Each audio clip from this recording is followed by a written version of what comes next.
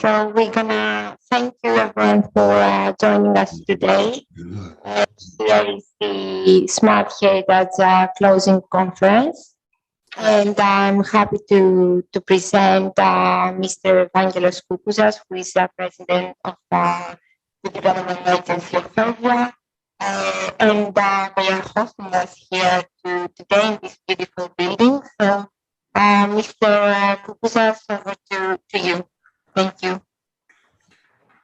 Καλημέρα σας. Καλημέρα σε όλους τους συμμετέχοντες.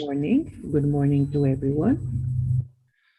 Με ξεχωριστή χαρά και It is ικανοποίηση a great pleasure and satisfaction σας καλωσορίζω στο for τελικό me to συνέδριο, welcome you in the closing conference αλλά και στις παράλληλες εκδηλώσεις and the parallel events στο πλαίσιο του έργου Smart Heritage, in the context of the project Smart Heritage, το οποίο συγχρηματοδοτείται which is co-funded από το Πρόγραμμα Ευρωπαϊκής Εδαφικής Συνεργασίας by the program of cooperation ADRION 2014-2020. 2014-2020. Ο κύριος στόχος του The main προγράμματος objective of the program ADRION 2014-2020 2014-2020 είναι να λειτουργήσει ως οδηγός is to operate as a guide πολιτικής και καινοτόμος για τη διακυβέρνηση, policy and innovation for the governance, προωθώντας την ευρωπαϊκή ολοκλήρωση promoting the European integration μεταξύ των κρατών εταίρων, between member states, partners, αξιοποιώντας τους πλούσιους φυσικούς exploiting the very πολιτιστικούς rich natural, cultural, και ανθρώπινους πόρους, and human resources, καθώς και ενισχύοντας την as well as οικονομική, enhancing the financial κοινωνική και εδαφική συνοχή and the territorial cohesion στην περιοχή της Ανδριατικής και της in the Ιωνίου, region of Adriatic and Ionian, στην περιοχή του Άντριον. in Adrian area. Ειδικότερα το έργο Smart More Heritage precisely, Smart αποσκοπεί Heritage Project στην ανάδειξη της πολιστικής κληρονομιάς at των συμμετοχόντων περιοχών showing cultural heritage of the participating partners, και ειδικά της Περιφερειακής Ενότητας especially Έβιας of the Regional Unit of Evia, και των λόγων για τους οποίους αξίζει κάποιος and να the επισκεφθεί reasons την why περιοχή. one should visit the area.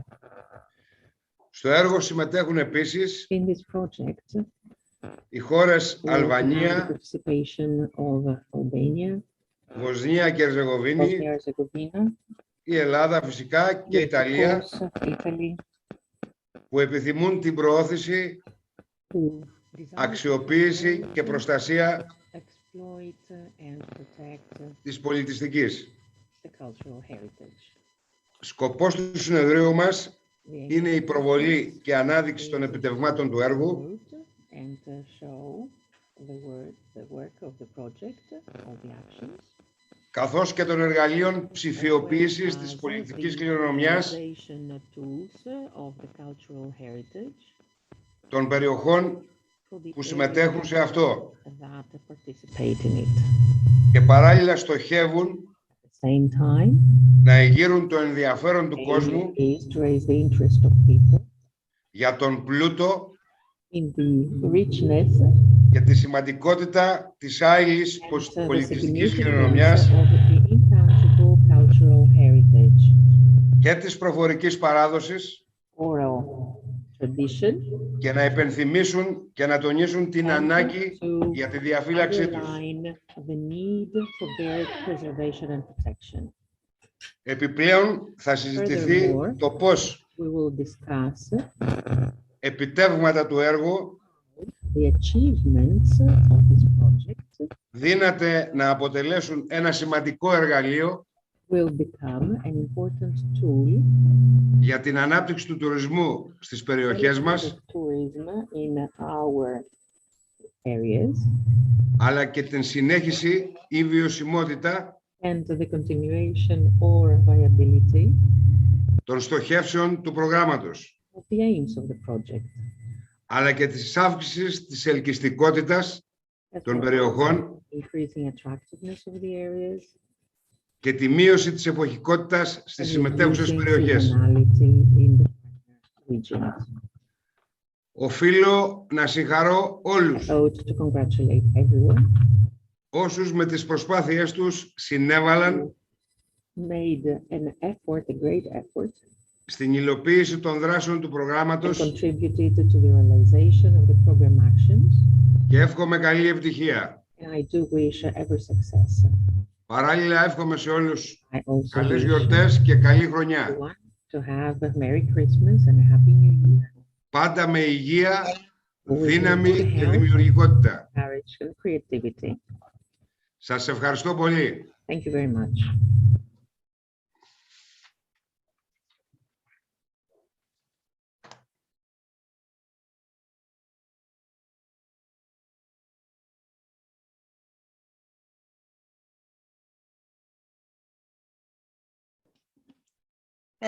Thank you very much, Mr. Koupoutas. I know that you had a last-minute emergency, but still you made the time and you managed to be with us here today. Thank you so much for this.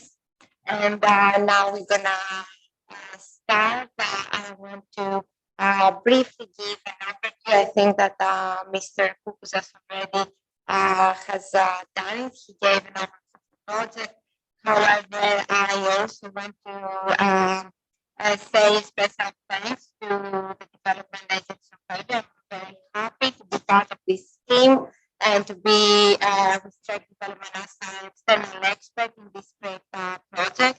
And thank you to everyone today and to all my smart heritage partners that they supported all the processes, and I want to say thanks for their commitment. So, as Mr. Koupoutas said, through our smart heritage project, we aim to promote and protect the cultural heritage of the Atlantic area. We want to promote also like a common identity through the specific cultural roots that we have developed all together with a lot of effort. And this is the very general objective and of the project. The specific objectives of the project is to use the outcomes of our project, to use the outcomes of smart heritage in order to minimize seasonality. The Adriatic and Ionian area is an area that you can visit for the whole year. So we want our destinations to be a year destination. We want to improve the visibility of our cultural heritage, and I think with the technologies that all the partners have used in order to implement their activities, I'm quite confident that we have made a step forward towards this direction, and I'm really looking forward to listen to our partners and see what they have done. And also another objective of the Smart Heritage project is to actually become a pilot project, to become a good example, a good practice that future programs will follow us as well. So as I mentioned to you, we are 5 in this time. We are 5 partners, the Development Agency of Evia as the lead partner, the Albanian Development Fund, Municipality of Forlì, University of Mostar, and the Municipality of Gerace. Thank you all for the support, the commitment. It's been hard here for us with COVID-19. We faced together a lot of challenges, but we managed to be here today with partners in person and partners online. And I also want to thank the associate partners at Nova, because the Smart Heritage project is the next step, the following project of the HERA project. And HERA project, it was also the aim to develop sustainable tourism and to protect the cultural heritage of the area. And I know that Nika from Zadranova is in the audience. And I don't know, Nika, if you want to say a couple of words about HERA, because the Smart Heritage is inspired by this project, and you have supported also the whole implementation process, and you have been following the process that we have made, the challenges that we have faced. So if you are happy, I would love to hear from you a couple of words, if you can hear us. Thank you for inviting me and welcoming me to your closing conference. I'm very happy that this project is moving to an end closely and surely. I know some of you from other projects and I didn't hear you very well, Olga. You would like me to say something about HERA Association? Yes, please go ahead. Okay. Yeah. So first of all, as you mentioned, HERA Association was output from HERA project. The full title was Sustainable Tourism Management of Adriatic. I'm so sorry for my phone. Of Adriatic Heritage. It dealt with some of the major challenges as your project now as well, and it concerned all the countries of Adriatic region concerning the culture and tourism sector, like for instance lack of an integrated management and promotion strategy of Adriatic cultural heritage, insufficient involvement of community actors in cultural heritage promotion and valorization of all those activities, insufficient involvement of community, high seasonality of tourism, and unequal development level of tourism between Adriatic countries, and lack of promotion of Adriatic area as a unique cultural tourism destination. It was from IPA Adriatic CBC program. It was founded from that program, and the HERA Association was one of the outputs of that project. It was founded in 2017. The full title of HERA Association is Adriatic Heritage Association. The goals were to elaborate joint methodology and the procedures, first of all, and then to coordinate implementation of concrete interventions in the involved territories, and to grant long-term sustainability of achieved results. All the partners from HERA project were involved in the HERA Association. Not all of them participated, but it wasn't open widely for other partners or other countries. So it was all the partners were invited to be part of it, and the majority of them were part of HERA and still are part of HERA Association. It has been set up, of course, with the main goal of HERA Association is managing what we call HERA TM. It's a standard specification and rules of recognition documents. It was, of course, established to ensure the sustainability and coordinate capitalization activities so they can be implemented. And for instance, one thing that you had in your project was the certificate, the HERA certification of new local cultural tourism routes and visitor centers as a first certificate, and the other one was HERA certification of new international cultural tourism routes, so between several countries in Adriatic region. It was whether those cultural routes were developed from scratch or by joining together several previously certified local cultural tourism routes, like little parts of them put up together in big international cultural route. as one unifying team of unifying cultural heritage of ADRION region. So those are still the main goals of HERA Association. We are now 7 partners in it still, and managing it as we can. We had some activities during the pandemics and COVID, and we are trying to do our best. The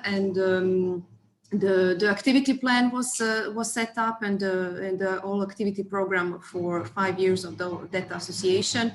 And I hope it will be part of some other project in the future to continue the work and the protection and the demonstration and the sustainability of cultural heritage in ADRION region, Adriatic region.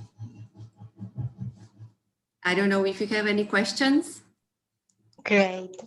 Thank you, Mika. I don't know if our audience or partners have any questions, but I just want to say that it's very great to hear that your HERA partners are still involved in the HERA Association. They want to continue the work. I know that also we all have the challenges with COVID, but I wish you very best luck with all the process and all the goals that you have set. And as you said, also like the smart K that partners develop the cultural roots in order to meet to follow the regulations of recognition by HERA. Because we want to trade the trademark, and we really we have developed actually, and we have advised the regulations in order to develop each of us our local action plans of the regional cultural route that we have developed and the future of it, and how it's going to be a tool also towards sustainable tourism. So thank you very much, and thank you for taking the time to talk to us and to share a bit more further information with us. So without further ado, I think that I'm gonna move to the next activity of our session of our closing conference.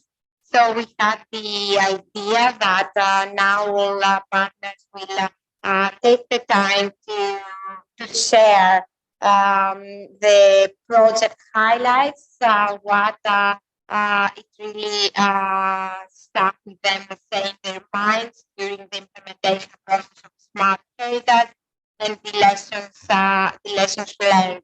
And well, you see, I'm here with the Development Agency of Evia, so I'm actually getting chance to start first. Then we're gonna hear from the Albanian Development Fund, Municipality of Forlì, the University of Mostar, and then last but not least, the Municipality of Gerace. So the Smart Heritage project highlights for us, I think, because our implementation process, it was very severe affected by COVID-19 pandemic. I think the challenge for us, but also the great success, it was the turn that we had made, also again in discussion and with the support of our partners, to move the physical events online. I think this was one of the project highlights in the implementation process, because we managed, let's say, to not be limited by geographic rules, and now we had the opportunity to reach a broader audience, a more diverse audience. It was very easy to access our online events, and it was we actually had a lot of great feedback from people that they have participated. And also the storytelling events, it was a very great success because it was something different that we had to bring through the Smart Heritage project activities and for the capacity building activities and the training seminars that we had to implement. And last but not least is the fact that the Smart Heritage project, and I'm very proud about this aspect. It was that gave us the opportunity to test new technologies as the virtual reality technology. You will see later on that all our partners have used it in one way or another. And it was it seemed that now it was the time to do so, that more and more organizations, especially the ones that they are active in the tourism sector, but also museums, they start using this technology more and more in order to promote their product, to promote what they have to offer and to increase their visibility. So I think the highlight that through this project we now have a cultural route and a unique tourist product for Evia that is also using this new technology, will increase the visibility and hopefully will get and will achieve the aim to attract more people in Evia, but also to boost the local stakeholders and to actually offer them a tool that they can use towards sustainable tourism. And the lessons learned, I think the most important lesson is collaboration. I mentioned it many times till now, but I just want to highlight that all this wouldn't be able to happen if we were not all these people, all these partners involved in this process. We supported each other. We exchanged knowledge, ideas, and I want to thank them all. And finally, I think because of all the challenges that we got and we faced, and we had to turn our minds and think a bit out of the box in order to be able to implement the project. This period also, I think, highlighted, let's say, to us some new aspects that we need to take more into account for future projects and initiatives, like the health and safety in tourism. Now it becomes more and more important to travel with safety, to offer services that they feel that they make our visitors feel safe to come, but also to restart, how we can restart tourism after this.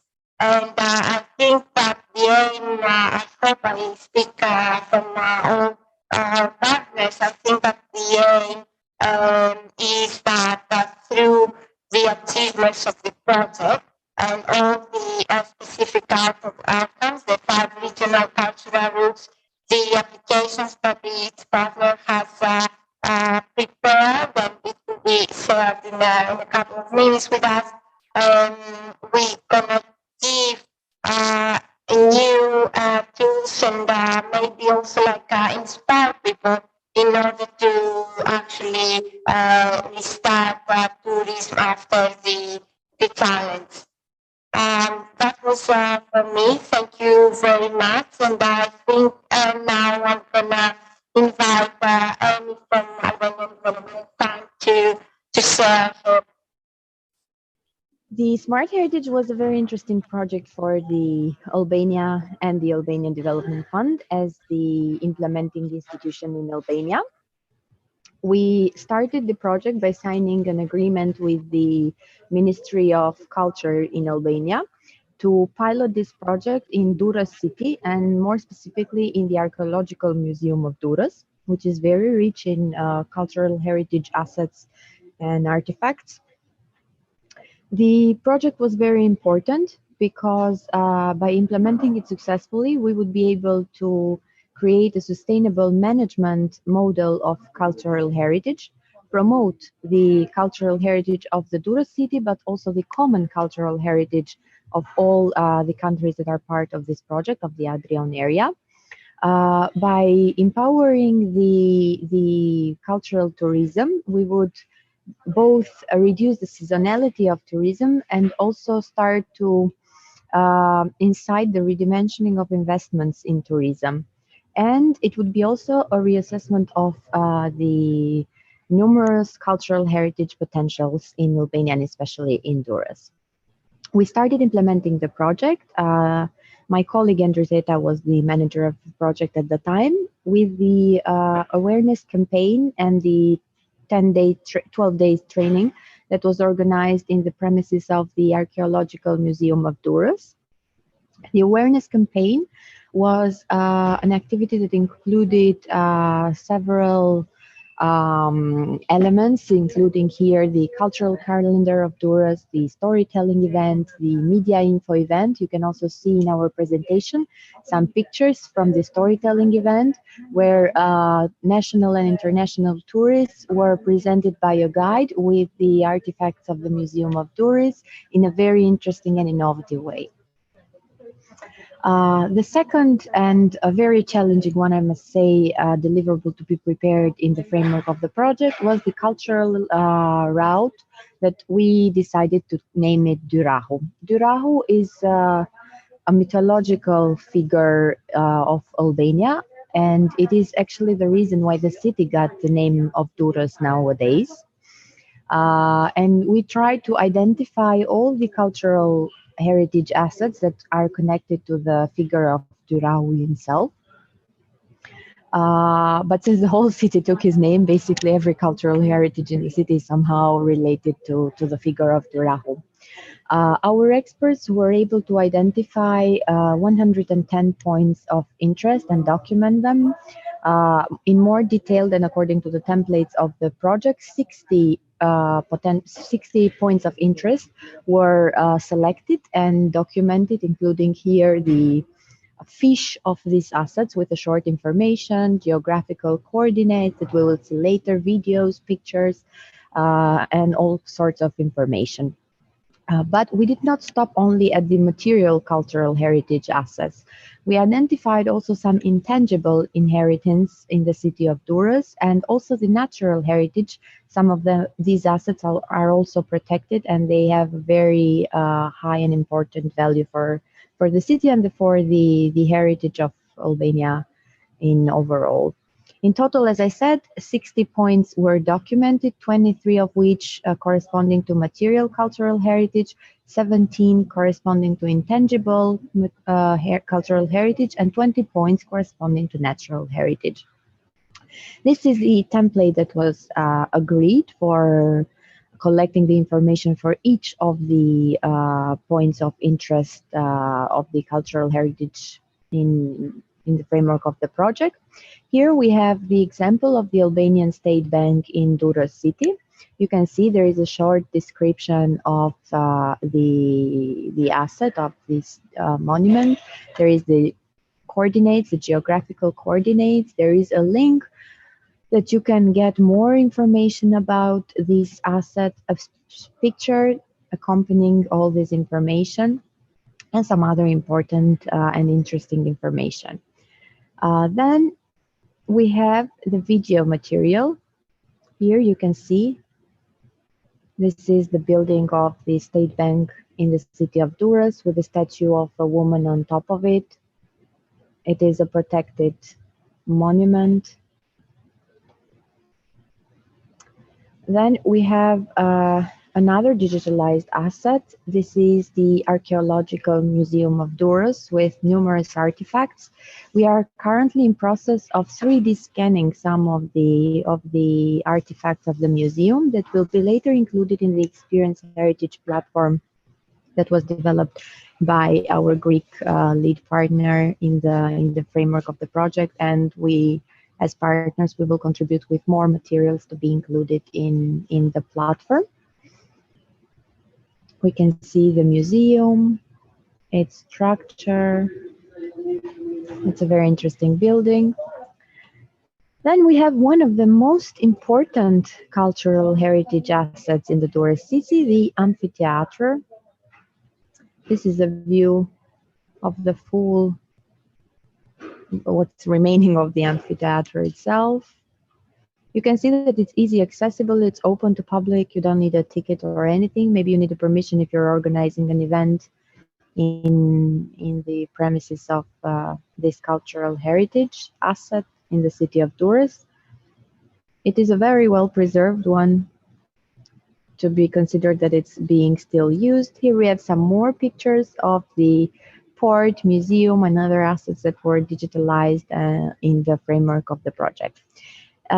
We are also finalizing, we expect to be finalized by the beginning of next week, our unique tourism product. 5 important ideas were discussed among our working groups, starting from augmented reality to an info point, a digital info point in the Museum of Doris, some souvenirs, and the winning idea was a brochure that would contain on one side of it information about the museum of archaeological museum of Doris itself, meaning a small map with all the different rooms, a short description for each room, some representative pictures for each of the rooms.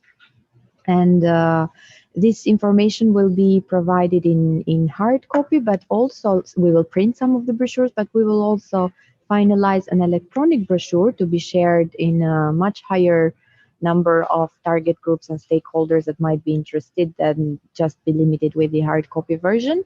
And we will also provide an editable format of this tourism product to the museum, meaning that if there are any changes in their display rooms or in the structure of the museum, or there are some more new artifacts that are being part of the museum, they can always update this brochure themselves.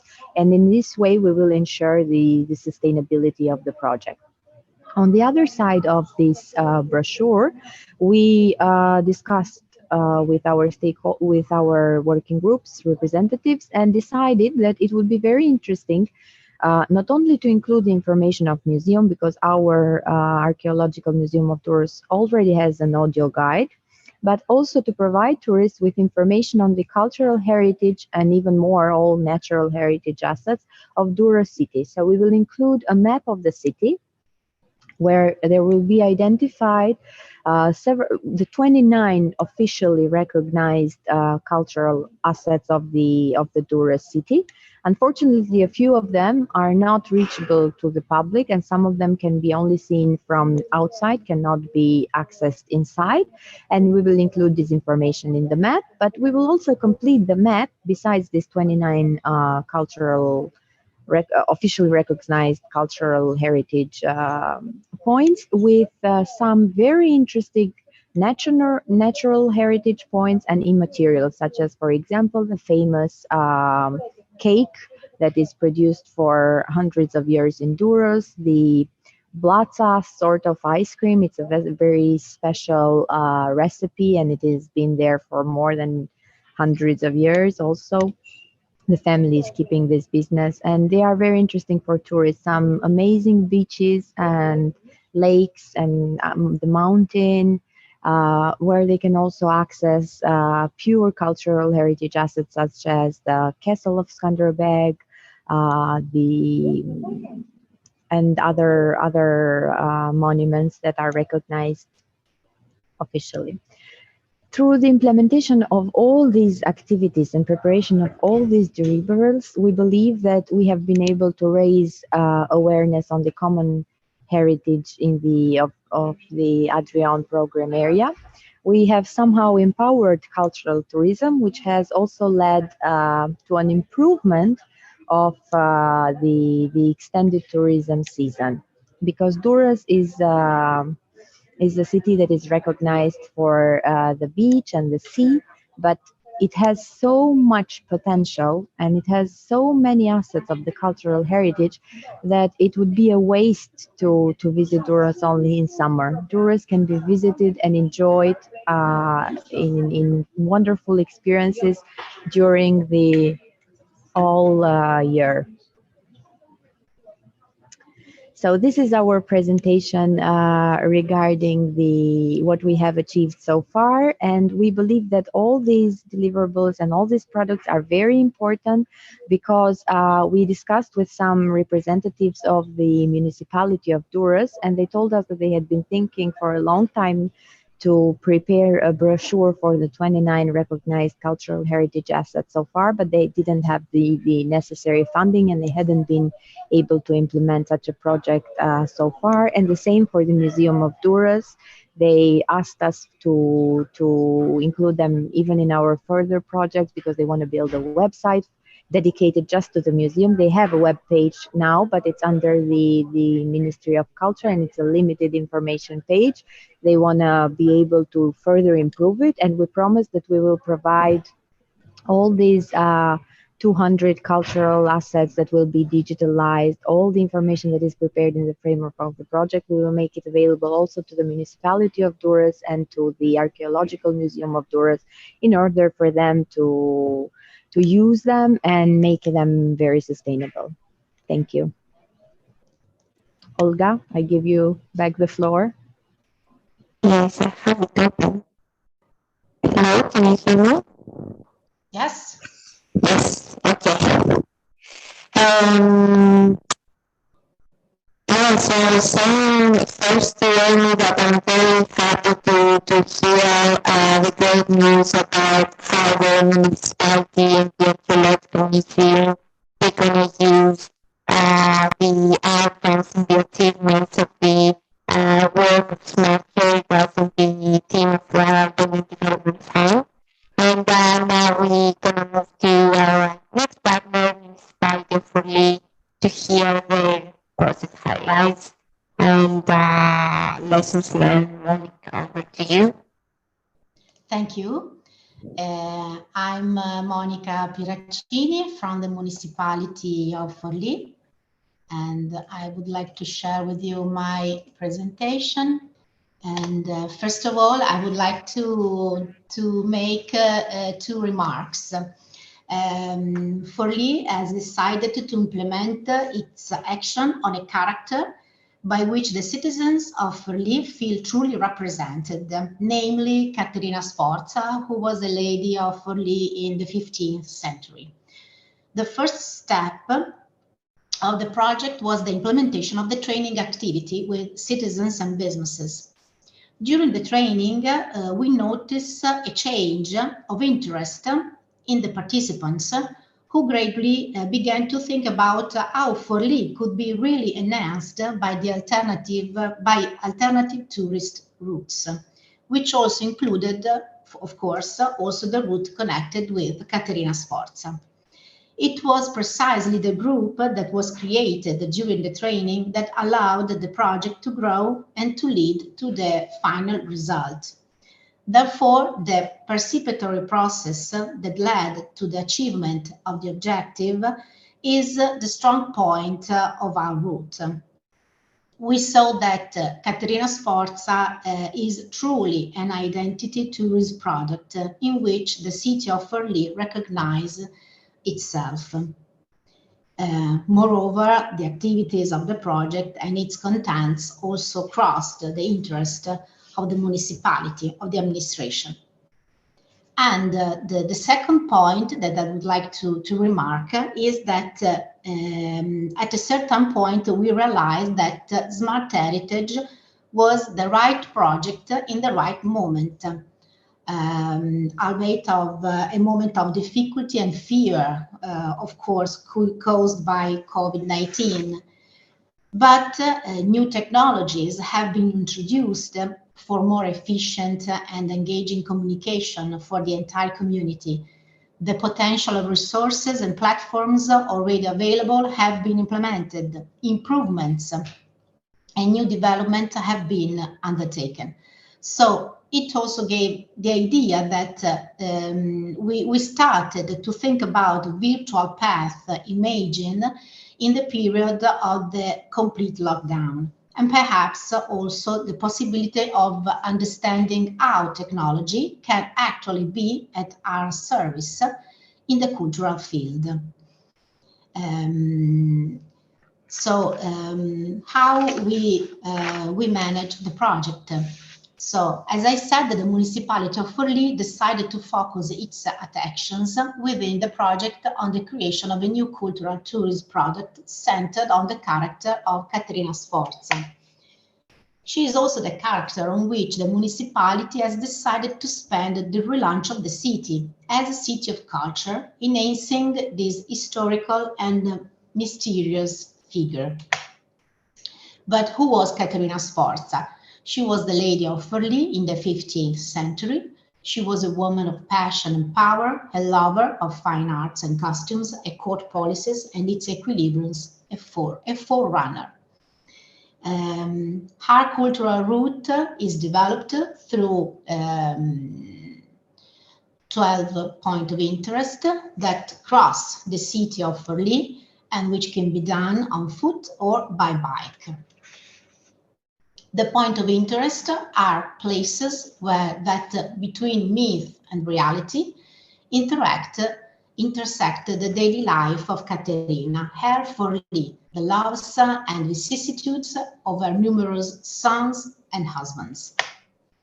So, from the main square of Forlì to the Rocca di Ravaldino, where Catherine built her paradise, a room and her alchemical laboratory, passing through the streets of the center, where a lively 19th, 15th century Forlì rediscovers itself, crossed by canals and bridges, and as an important economic center. This is the map, but I would like also to show you the real interactive map. Just a few seconds. This is the real interactive map. I would like to have the opportunity to show you the interactive map, where there is the preview of the 12 point of interest, and the path was inserted so in a multimedia application where each point of interest is then explored with videos and images, the story of that specific point of interest, 3D reconstruction of the 15th century of Forlì. And if it is possible, I would like to show you also the trailer that we create.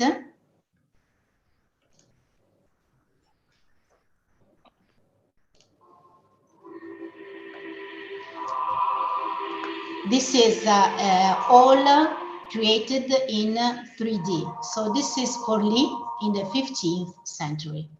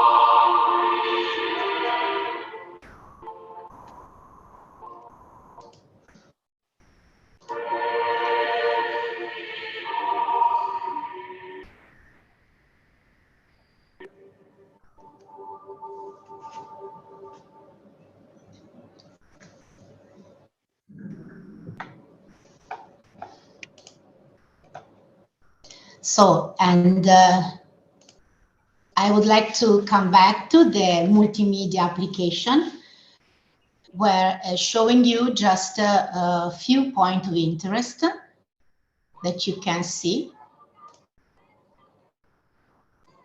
Sorry. Okay.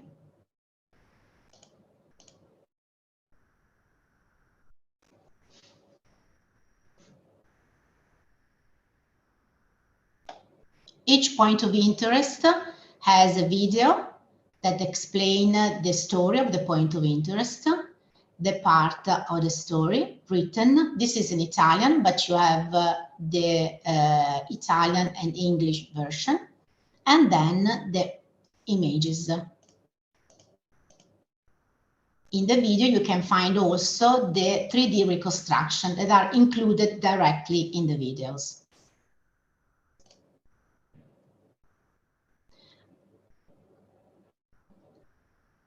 Okay, then we realized also a brochure, this one, where there is all the story of Caterina Sforza, and also the point of interest that we can see also in the multimedia application.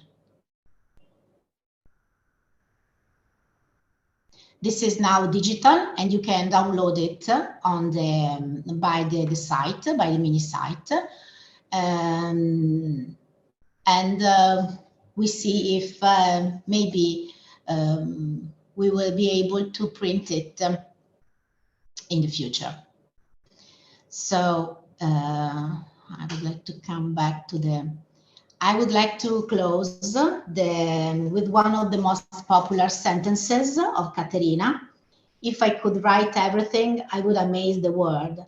And I believe that this sentence already connotes the strength of Caterina's character, that she was an extremely modern woman, so far from the images of the women of that time. Okay, thank you. Thank you, Monica. I hope you can hear me now. Can Yes. you hear me? Okay, good. Thank you very much. It was a great presentation, and I think you couldn't have said it better that Smart Heritage, it really was the right project on the right time in order to test all these new technologies that they are available. So I would like to move to our next partner, the University of Mostar. Andrea, are you here? Hello. I'm here. Yeah. Just to share the screen.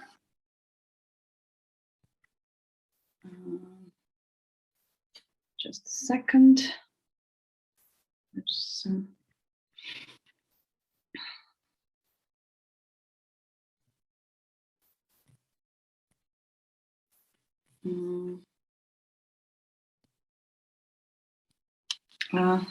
I hope that you see this. Do you see the presentation?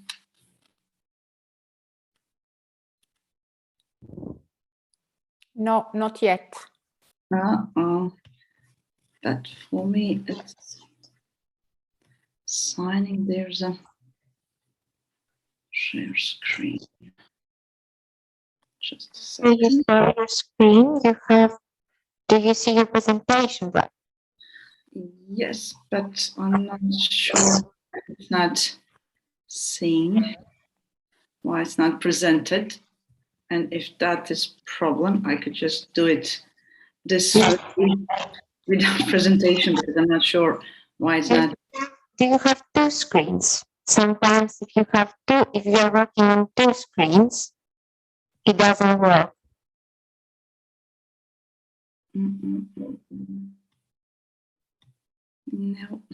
No. It's nothing.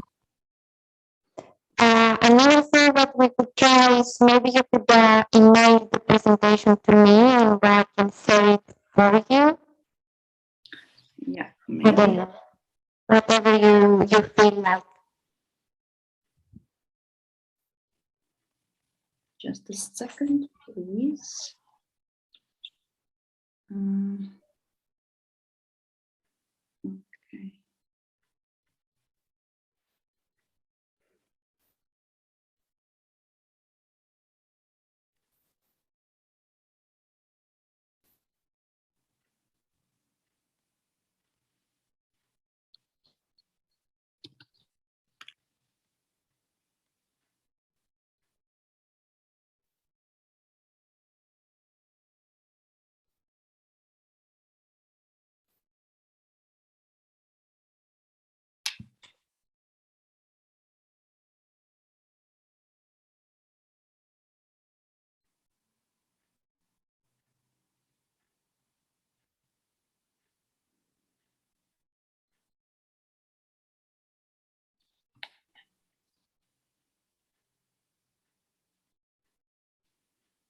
I'm sorry for this, but I'm not sure what it happened, why it won't share screen. Okay. Do you want to? I'm Okay. sending it to you. Okay. Just Let me check yeah. my emails. Just a second.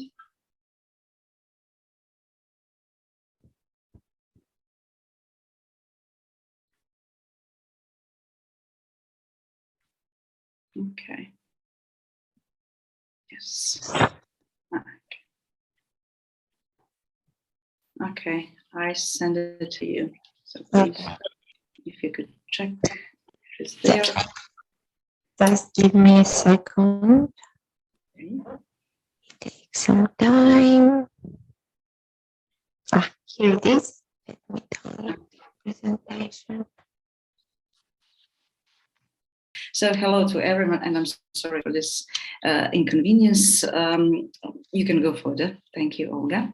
Next slide. I will cut it down because I already used the most time that we had at our disposal. Since the key result of the project was the creation of this smart heritage cultural route, our so-called sub-route was the most demanding and most challenging part of all our activities.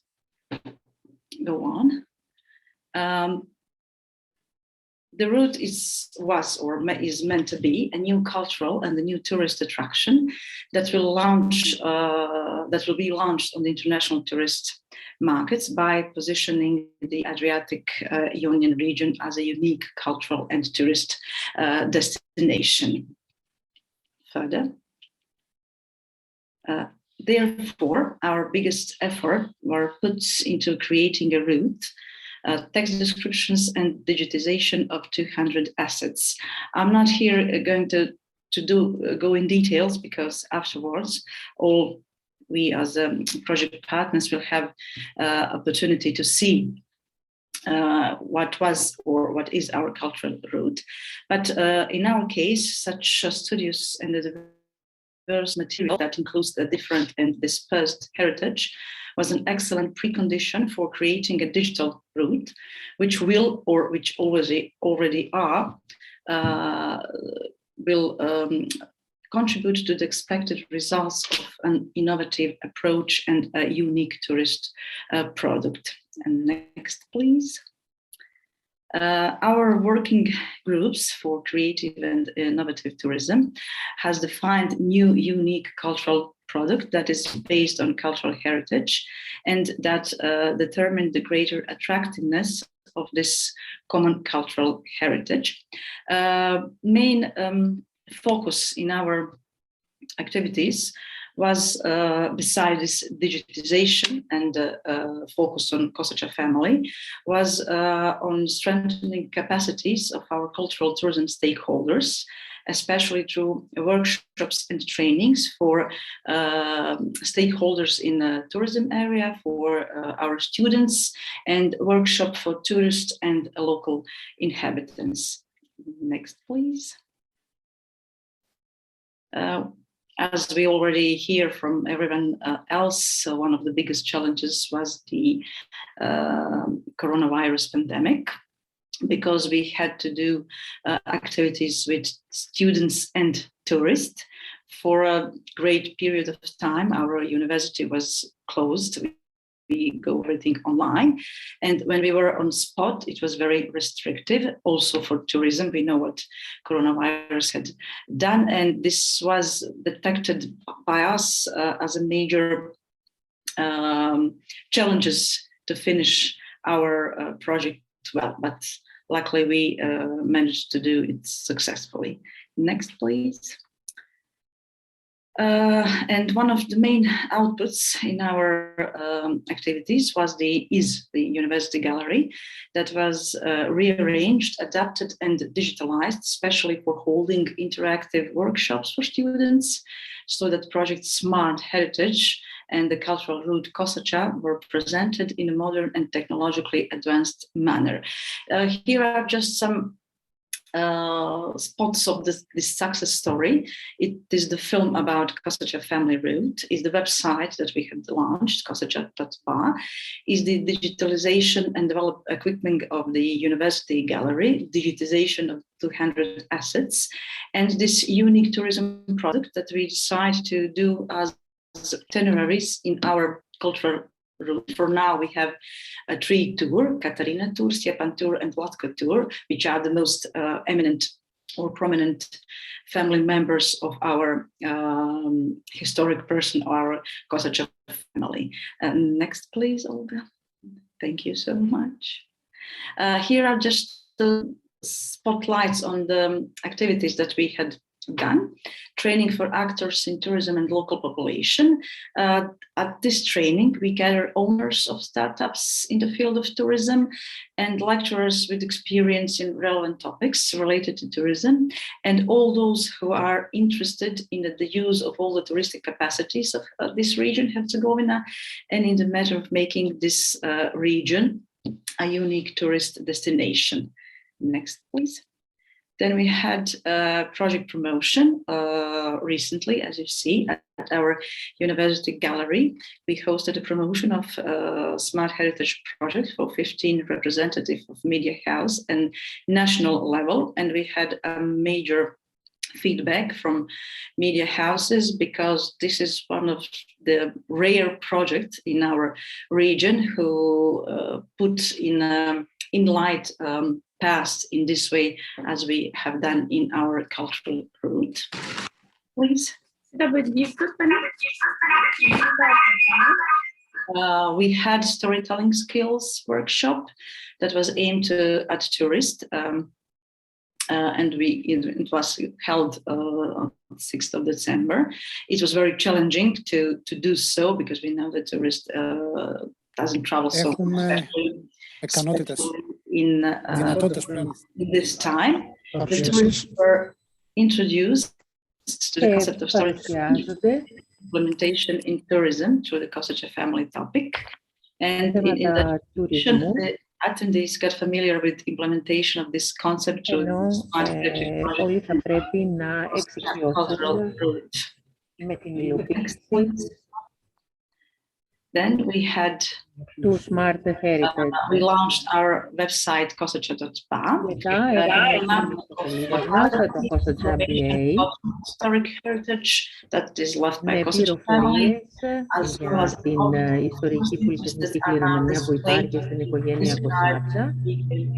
through multimedia website.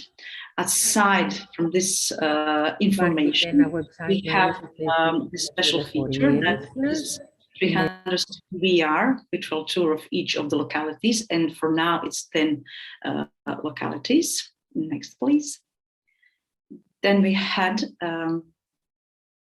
workshop for students. Through these workshops, the students were introduced in detail to the Smart Heritage project. And at University Gallery, as I already mentioned, we held this workshop in this modern and technologically advanced manner. Next, please.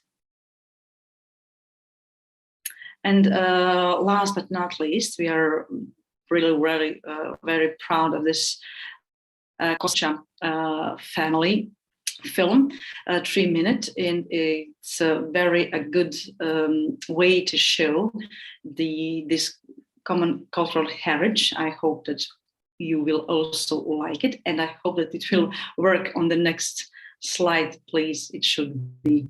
Okay, let's leave it up. I will finish this.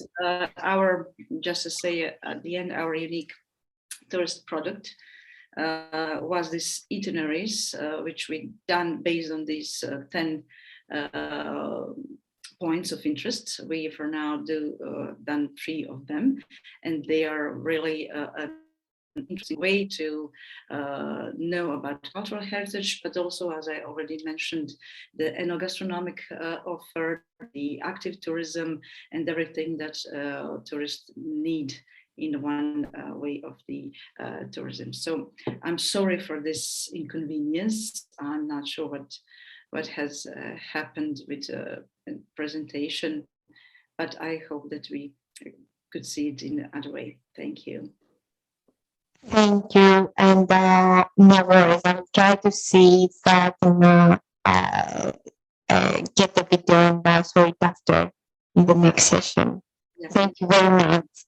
Thank you. And last but not least, we're going to move forward to our 5th partner, the municipality of Gerace, to listen to their project highlights and lessons learned. Yes, Chalkida. I will present the experience from Gerace. Just let me share the screen, and here it is. Okay, so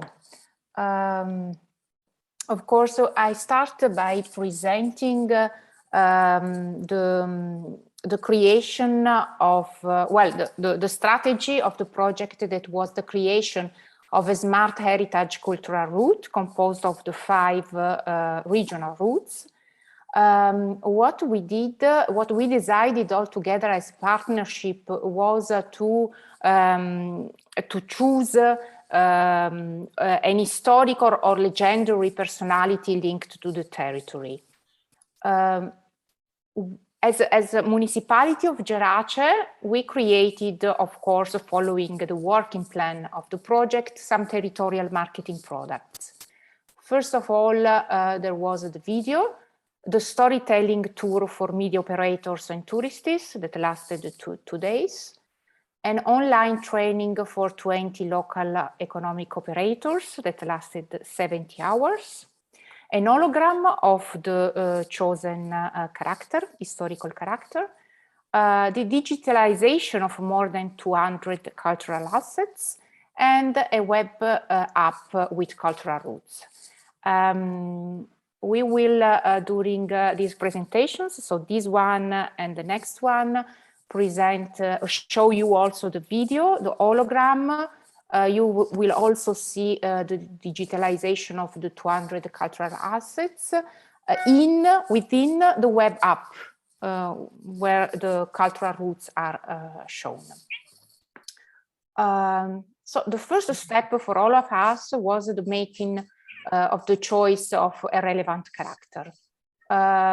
Of course, the selected personality needed to have a European character and value, or representing a significant historical era, so to create a coherent story.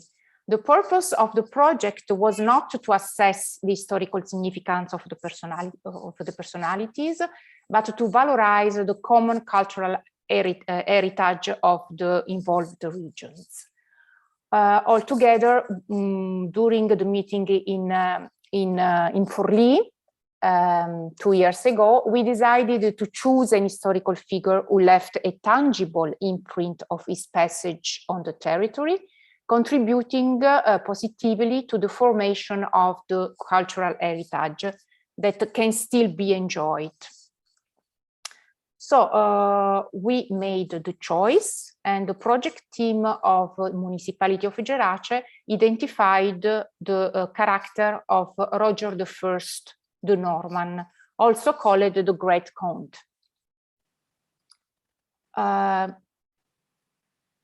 So Roger I the Norman, why? because the Normans in southern Italy were remembered as a conquering people, but also as builders of new monuments. For example, the cathedral built in Gerace is a Norman asset, very relevant for our history. The Normans brought great prosperity for the territories that they conquered, and naturally they also affected the social and economic growth of those regions. During the Norman period in Gerace, many works were completed, including the cathedral, the castle, that already existed but was during that period enlarged and empowered, and also many churches and other monuments. The Normans did not eliminate the Byzantine churches, and they still exist, in fact, but they learned to coexist. And this coexistence of cultures is an important aspect of the history of Gerace and an important message for its visitors nowadays. So some words about the character between history and legend. Roger I was born in Normandy in the house of Altavilla, and arrived in Italy around the year 1057 to join his elder brother Roberto il Guiscardo, with whom he had a long relationship between love and hate. 2 years later, the city of Reggio Calabria was conquered and became the starting point for the conquest of Sicily as well. It was Roger who in May 1061 succeeded in conquering the Sicilian city of Messina. And the story tells also that Roger, besieged by his brother Robert at the castle of Miletus, escaped to Gerace to retreat to the castle of the city and to plan a counterattack. Falling into Roger's trap, the brother, Roberto, arrives in Gerace and is captured here. In what is now called Piazza del Tocco, in the city of the town, in the center of the town, the long-awaited meeting between the two brothers took place, and Roger had to decide whether to forgive his brother or condemn him to death. The legend tells that Roger, with a touch on his brother, on his brother's shoulder, forgave him, putting an end to their disputes. Why we choose this personality? Because Gerace remained under Roger's control. He took up permanent residence in the castle and helped to increase the beauty of the city with the construction and modernization of many churches and palaces. The city of Gerace is still one of the main Norman cities in southern Italy. And the presence of the Norman passage in the city of Gerace is evident. Nowadays, visitors from all over the world are fascinated by the majesty of its cathedral, the beauty of its castle, and more than 100 churches. The great courage shown in forgiving his brother guaranteed to the city of Gerace continuity in its cultural growth without being crushed by a long and bloody war. The figure of Roger I, who together with his brother Roberto il Guiscardo had achieved the Norman conquest of southern Italy, remains an essential point of reference in the history of European Middle Age. What we did with the support of Smart Heritage Project, we created an hologram of Roger I. In this hologram, Roger is telling a story focused on Gerace's cultural heritage, and a film. The hologram, you will see this later on. And we created also a film titled The Norman Dream, where Roger I is dreaming of Gerace and expresses his love for this place. Important values are evoked, like tenacity, courage, and forgiveness. So we want to show you the video. So I share the screen again with the video, because I know that otherwise we cannot see it. And you see it? Can you see my screen? Yes? Yes. Okay.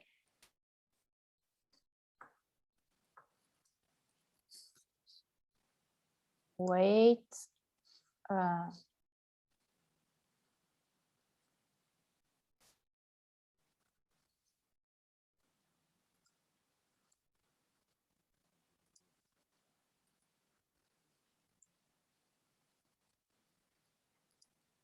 Its coastline. There was a time in which the thirst for power became stronger than any other union. The craving for lands and wealth ended up staining the enemy with its own blood. My people went on the conquest of Italian territories, but only my brother Roberto and I touched the extreme end of its peninsula, submitting its coastline. But still, one place took my heart more than others, and it still has a palpable sign of my domain. Among the streets that with time added up hundreds of years of events and hegemonies, I can still see the greatest, most precious thing I left in its timeless beauty in the history of Gerace.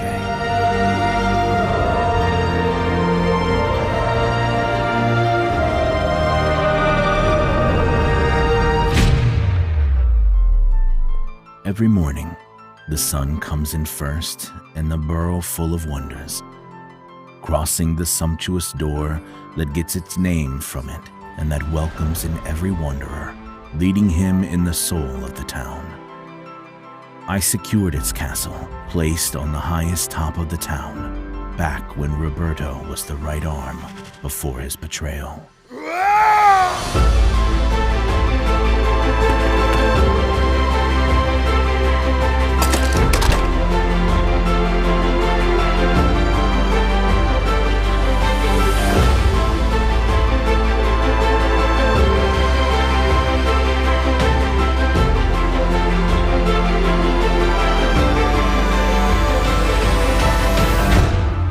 Among the beauty that emanates from the churches still to this day, stands out the Basilica in all its wonder, and it's the sign of a time that saw many cultures, and it's still a symbol of greatness, wealth, and harmony.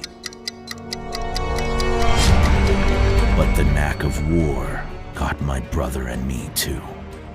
We deployed on opposite fronts when the men led Roberto in chains and waited for me to decide for his life.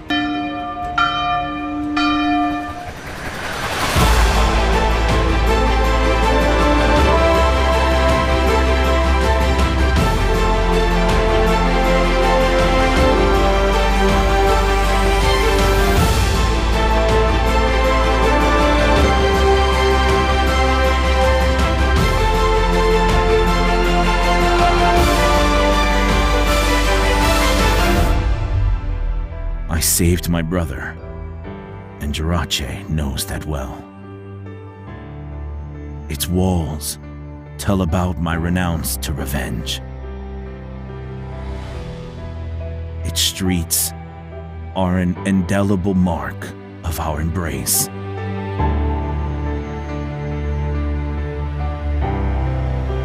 Gerace has been the land of our discord, but also of our forgiveness.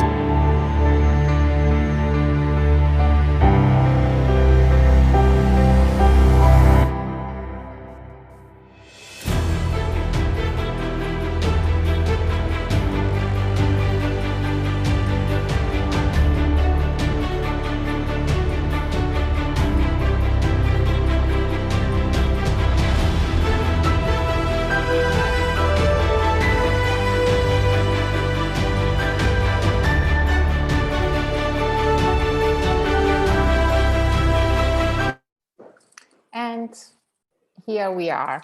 So I wanted to show you the video until the end, also with the final titles, because it was important to see how, well, to tell you that this video has been integrated, of course, in the other products, the marketing territorial products that have been created.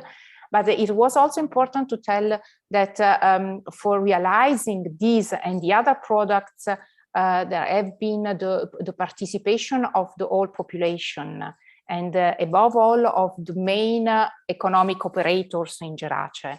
So also the realization of the video has been done through the involvement of local media developers. So this helped a lot in this process. The involvement and the participation of the population and of the local operators has been the most important part of the project, which also makes us hope in the sustainability of what has been created. So I will tell you more in the next presentation about the cultural roots. By now, this is the first product that we wanted to show. Thank you. Thank you, Caterina. I hope you can hear me well now, better than before. I hope that we can manage. But because I cannot see your comments in the chat when I'm presenting, if you don't hear well, just jump in and let me know so we can fix it, okay? Thank you. Okay, so we are running a bit late, but I'm gonna present now the Smart Heritage Hercules cultural route that was developed by the Agency of Evia. So as many of you already mentioned, together we have decided that our regional cultural roots we're gonna be developed having in the center a personality, either a mythological or a historical personality that played a critical role in the area, influence the cultural heritage, the myths, the fairy tales, and the identity of the region as well, but also it might also change the history completely. So taking all these factors into account, the Smart Heritage team of the lead partner, we have decided to move forward to choose Hercules. We decided to choose Hercules not only because he's strongly connected with the region of Evia, and there are a lot of references of the hero being present in Evia, but also it is his character, his courage, his strength that inspired us, and his willingness to help the society, where we also found a common, let's say, base with the character and the Smart Heritage Project, because we want to create something for the local society that will help our local stakeholders. So we have identified 13 points of interest. The most of them, they are in Evia, but some of them, they are also part of the central Greece. I'm gonna show to you later on how each of these places, they are linked with our hero. But we also want this cultural route to be an example because a cultural route, Evipus, that is going to be developed in the future, and it's going to be in the central Greece. It can use this as a pilot and as a source of inspiration. Here is a collage of our points of interest, and we start with Thiva. Thiva is located in the central Greece, but we couldn't leave Thiva out because it's the birthplace of our hero. So our story starts here in Thiva, which is a very great place to visit, and with a lot of history behind it, and a lot of archaeological monuments that they are also devoted to Hercules, and used to worship him there. Then we actually moved to Evia, to this beautiful island that we are here today, and in particular to Epsos, because we want to showcase the water thermal springs of Epsos, that they are strongly linked with Hercules. It's actually said that the goddess Athena, that had Hercules as her favorite, asked the god Ephesus, the god of fire, to bring relaxing, healing waters on the surface. So for our hero to go there and get treated his wound after each of labors, the 12 labors that he created. So we start from Epsos, and we showcase how it's a place that is linked with Hercules, but it's also a place that today this is the spa, the hydrotherapy that they use the thermal spring water. So this is how we can also showcase the actual different activities that you can do in Epsos. It's a very popular place to visit, and I really invite you to do so. Then we move to Avalonari, that is considered to be the ancient Italia, and the Venetian Tower is actually a place to visit. The actual village is also very, very beautiful, but I think the landmark of the area is the Venetian Tower. And finally, we are going to the Cape of Kino and Lichadian Islands, because these two are going kind of together. And it's the end of the story of Hercules. I'm afraid that wouldn't be a Greek story if it wasn't for a tragic element in it. So unfortunately, the story says that our hero, he went to Cape Kino, which seems a very long place, and he was marked by the poison of his jealous wife, and he actually pushed himself into the sea, and his friend became the Lichadian Islands that you can see here.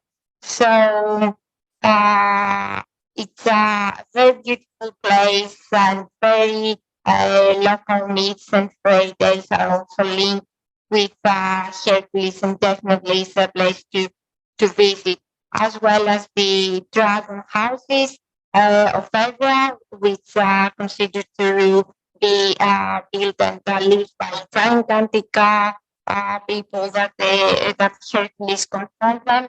So we went through this cultural route to showcase the diversity of Evia, the different opportunities for tourism, the different offer that is creating. Here is an overview of Chalkis, where we are today. It's unfortunately that we couldn't meet in person, so we could show you around. But I hope that we can have a chance in the future. And we end our cultural route at the Mount of Fiti, where is the place that our hero died, and it's actually a place of great natural beauty. It's a great place for the visitor. They have also a park that is devoted to Hercules, and also there is some archaeological monuments that are considered to be the spot where Hercules died and people worship. So I just want to quickly showcase to you what we have developed. I know that we're going to get into details later on about the web platform. So as we said before, we all try to showcase and demonstrate our cultural roots through the applications that we have created using 3D technology. So the leader partner had the task to also build, first of all, the web platform, the web platform for the Smart Haircuts project, where here you can find all the information about the project, and also the reports and the documents that they have been drafted and created by the partners. You can find them in the library. And also you can find different cultural routes, spot by spot, points of interest, and also with a description. In particular, in this place of these sections of experiences, I just want to very briefly showcase the application that we have created for Hercules. I'm not going to go into details now because we have the web platform session later on where we're going to present all of us the application. But I just want, because we talked a lot about the technologies that we use, this great opportunity, and we are very proud for being involved in this project and for delivering this outcome. I just want to very quickly show to you that we have tried to create a virtual tour for the Hercules cultural route. So we have here the map, and here you can choose the different points of interest, and you can go and visit the different places and get yourself a virtual tour around the different spots and going to different buildings of folklore. And I think I can find it right now. And I know that we are running late, so I'm going to leave this for the next session to go into details. I think that we're going to have also demonstration of how you can actually see this through by using VR classes. And I'll give the floor over to Albanian Development Fund to showcase, to present their cultural route. Thank you very much. Thank you, Olga. Are you able to see our presentation? We slightly mentioned the cultural route before when we detailed all the project products that have been realized so far. We mentioned the importance of this output for the project and for the promotion and the enforcement of the cultural heritage tourism in the Durrës area. Why was Durrës chosen as the city where this project was being implemented?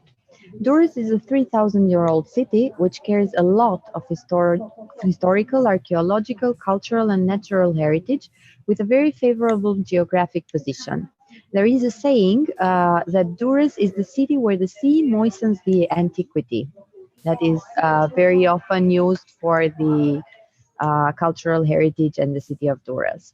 The objectives of this activity were to promote, evaluate, and protect the cultural heritage of the Adriatic Ionian area, increase the attractiveness of tourism, and reduce the seasonality. Therefore, reduce the seasonality of the tourism in Durrës city, and present some of the cultural heritage assets of the Durrës city in innovative digital multimedia ways, including 3D technologies and hologram and video mapping technologies.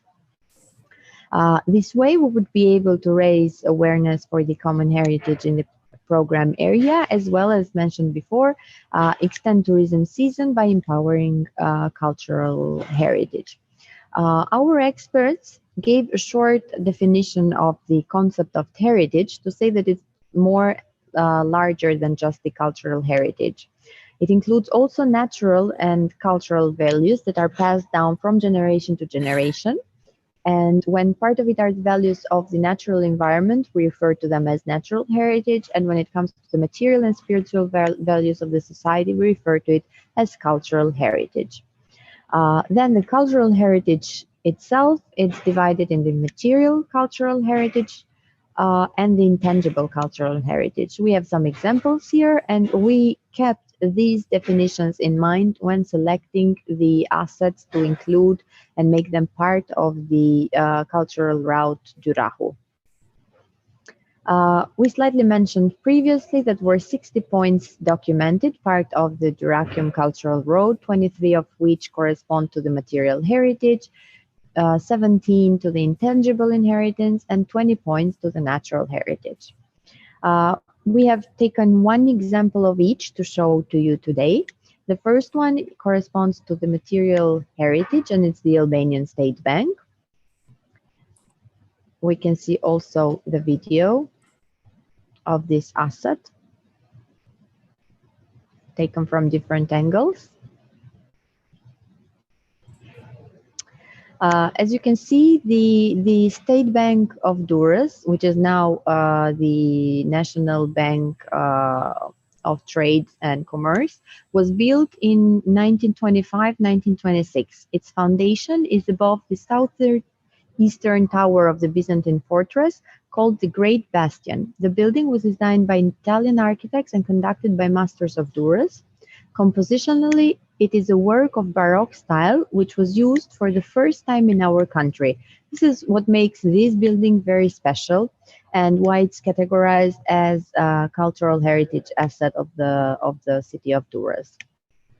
A woman's sculpture, it's placed on the top, on the bench of the building, which represents the war, the resistance, the victory over the centuries, and the prosperity of the country. You have here a link that you can visit, which is a national institution link of the city of Durrës, and you can find more information, not only about the city, but also about these cultural heritage assets. The former Bank of the Albanian State in Durrës was declared a cultural monument of the second category in 2018. And today it is in use by the National Commercial Bank. It is accessible to all tourists and can be visited at any time, from outside and inside. We saw the video. This is another cultural heritage asset. It is the Venetian Tower in the city of Durrës. It is almost in the center of the city. You will see here not just the tower, but also the wall of the castle behind the tower. I would like to share the video with you. It has a very nice and interesting architecture, and it is one of the main assets of cultural heritage in Durrës. Here you can see the wall and the houses in the inside part of the former castle.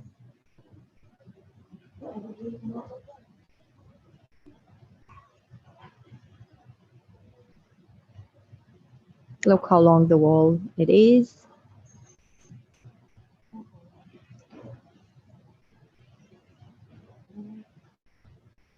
This is a very accessible cultural heritage asset because it's in an open public space and anyone can visit and see it. It's very interesting and well preserved as well. Then we have selected to present you one asset that is actually an immaterial one. It is the Tradita Blaca. What is Tradita Blaca? It is a tradition that continues to be an important part of the city of Durrës for more than 19 years.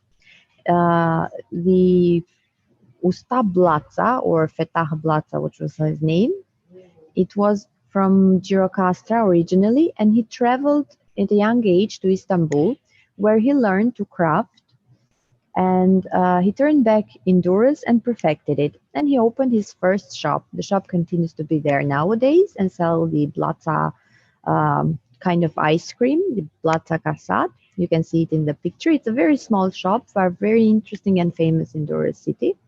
During the communist era, the Blaca family lived through many challenges, where from the name Blaca, which was known the shop and was identified with the best ice cream, Casata and Parfait in the country, it took the name Valbona.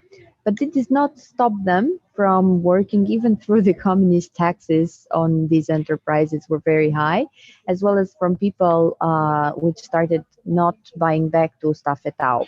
In the 50s, a lot of tourists, mostly German and Polish tourists, as well as representative of foreign embassies, were supplied in this shop, which kept it alive.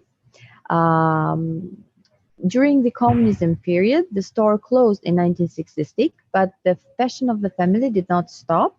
They had inherited it from Mustafa Tao, the first person who opened the shop. The secrets of the ice cream, the cassata, the parfait, and the lemonade, all those products that they serve, who whenever found space in other enterprises or periods or family organizations, they shared and they prepared these products based on their traditional. Nowadays, Edi Blaca is the person who manages this business, but it is also an important business because, as I mentioned, it's something that's been longing for years and existing in Durrës. The shop reopened and it's now called Tradita Blaca. They are still very preferred ice creams, cassata, and products that are produced only in this shop, and they have a very special taste compared to other ice creams or similar products. I don't know what the secret is. They never shared it with the public, but they're very tasty and you should try them next time you're in Durrës. The Kalmi Beach. The Kalmi Beach is part of the natural heritage of Albania.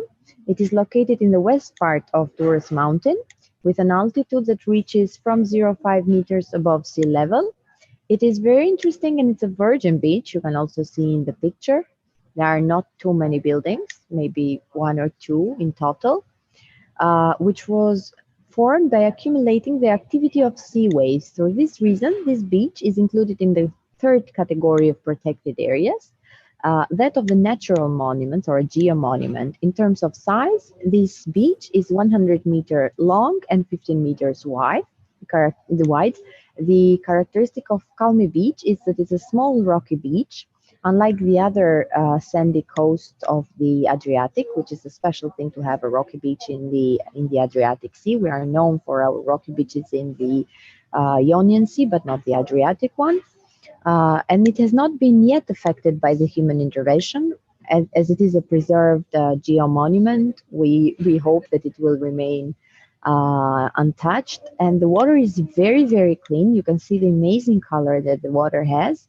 And it goes up to 200, 300 meters from the seashore with the translucent colors. Kalmi Beach has scientific, geomorphological, and biological, ecological, didactic, and educational values. It's located in the northern part of the city at a distance of 3 kilometers from the center of the city. It's visited by taking the road Durrës to Rila Beach, and then we suggest to continue on foot to Kalmi Beach because the infrastructure is still poor.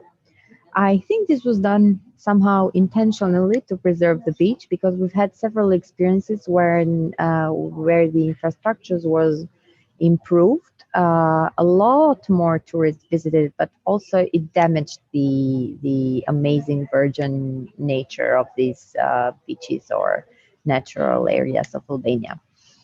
Today it's accessible, so it's visited by a very high number of local and foreign tourists that prefer this kind of beaches. It is open to public. There are a few businesses that operate and offer services in the area, but it still falls under the protected natural. You have another photo here. Maybe it's a bit more clear. Look, this is the coast, rocky beaches, which are very rare. Then we have the port of Durrës. The port of Durrës is strongly related to the Durahum figure. As I mentioned, the city itself took the name from Durahu. It was thought that Durrës, the nowadays Durrës, at the time was divided in two parts, Durahu and Epidamnus, who were the uncle and his nephew.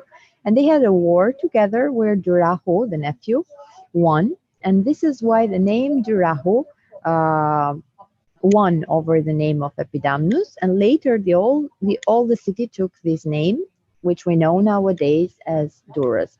This is the port where some of the wars between Durahu and Epidamnus took place. So it is very famous, and it's from here that all the cultural heritage of the nowadays Durrës started, and why we chose Durahu as the face of our cultural route. You can see there are boats, there is a place for fishermen to fish. The weather is usually good, and the sea is amazing under good weather. More assets that we included in our digitalization list. You can still see that we have the Archaeological Museum of Durrës, where numerous artifacts are stored and displayed to the public. And this is why we decided that the unique tourism product would be done for this institution in order to be shared with a lot of tourists and interested parties. The port that we mentioned and other cultural material heritage and also natural heritage, as you can see in the last picture. Thank you very much. I hope you enjoyed it. And I hope you visit Durrës if you haven't had the chance to do it so far. Thank you, Amy. Thank you. I'm definitely coming.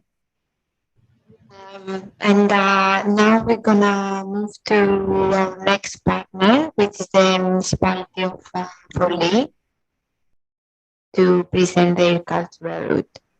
Just a kind reminder, because we are overrunning a little bit, and we also have the other session. Just to make sure to keep track of the time. Thank you. Okay, thank you. I would like to present our multimedia application, our platform.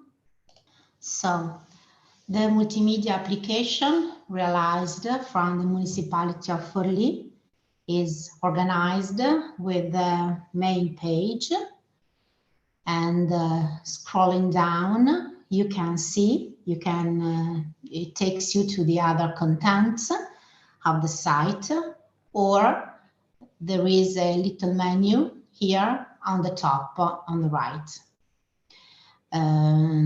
The mini site starts from the one of the most important sentences of the Caterinas. This is one of the sentences that is contained in the book of recipes and of beauties and experiments that she wrote. And if you go down, or to go to the history, it leads you to the history of Caterina Sforza. So it presents the character, who was Caterina Sforza, with the video presenting the character, and a lot of things to read and to see. And there are also the presentation of the experiments of Caterina. This is a selection of the experiments that are contained in her book, with some representations, with some pictures of an important collection that we have in Forlì. And at the end of the page, there is the contents with all the herbal and essence that we have here in Forlì. This is an important collection of that period. So together with the receipts, we can see also the Forlì in the 15th century. So there is the presentation of the city in that period, with the reconstruction of the 3D video that we saw before, and the story of Forlì.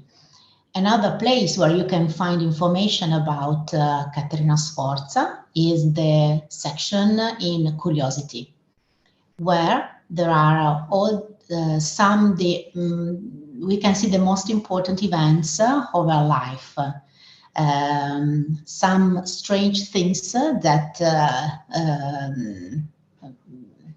are of Caterina Sforza, that belongs to her.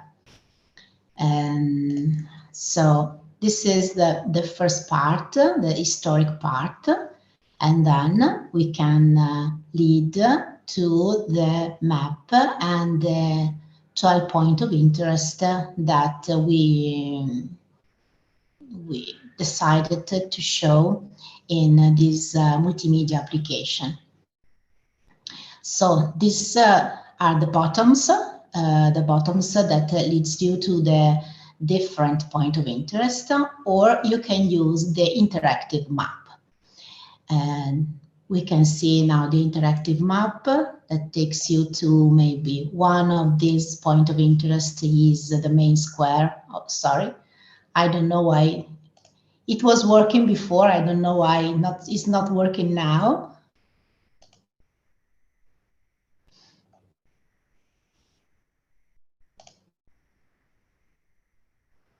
Okay, and each point of interest has a video which show the story of that specific point of interest, and the connection also with the story of Caterina Sforza. All the video includes also the 3D reconstruction, and we can see that there is also the part in the written part, and at the end of the page you can find all the pictures.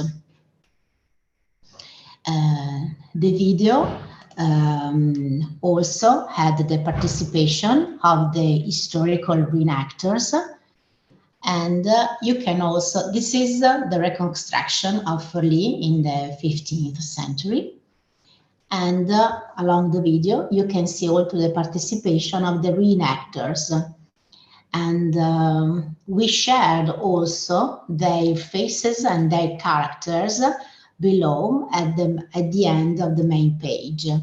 That's because they are a lively part of this participation, of our participation process, of the work that the municipality has done on the territory. There are a lot of things to read and to watch, and the multimedia application can be can be used from all the devices. This is one of the reconstruction that we made. And in the page of the characters, there is the presentation of the reenactors that participated to our videos, and we can see also in their costumes. maybe we can see some other point of interest. So you can reach the map and the point of interest from different part of the site. You can see maybe San Mercuriale. No, sorry. I would like to show you the Evia. Okay. This is a video. And we have also the participation of our historic that help us to connect the project with the historical part of Caterina Sforza. And we have all the pictures and also the 360 grades vision of the Evia. So in every point of interest, you can find different applications that can takes you more to in the process in the path of Caterina Sforza. Okay, thank you. Thank you very much, Monica. Thank you. It was really interesting to see all the videos and points of interest. Thank you for your presentation. And now we're going to move to our next partner, the University of Mostar, to showcase their cultural root.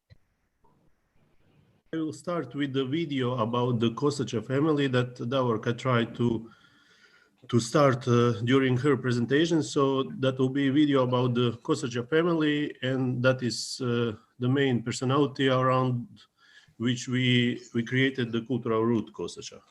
All right, great. Go ahead. So just to see how to share the screen. Between the cold mountains of the north and the heat of the south lies the land of whom. Many have left their mark on this soil through its rich and burdened history. Yet one name of special significance stands out.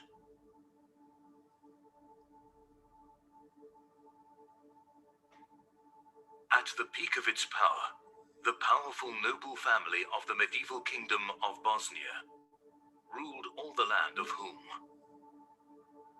The traces of their rule are found at every step.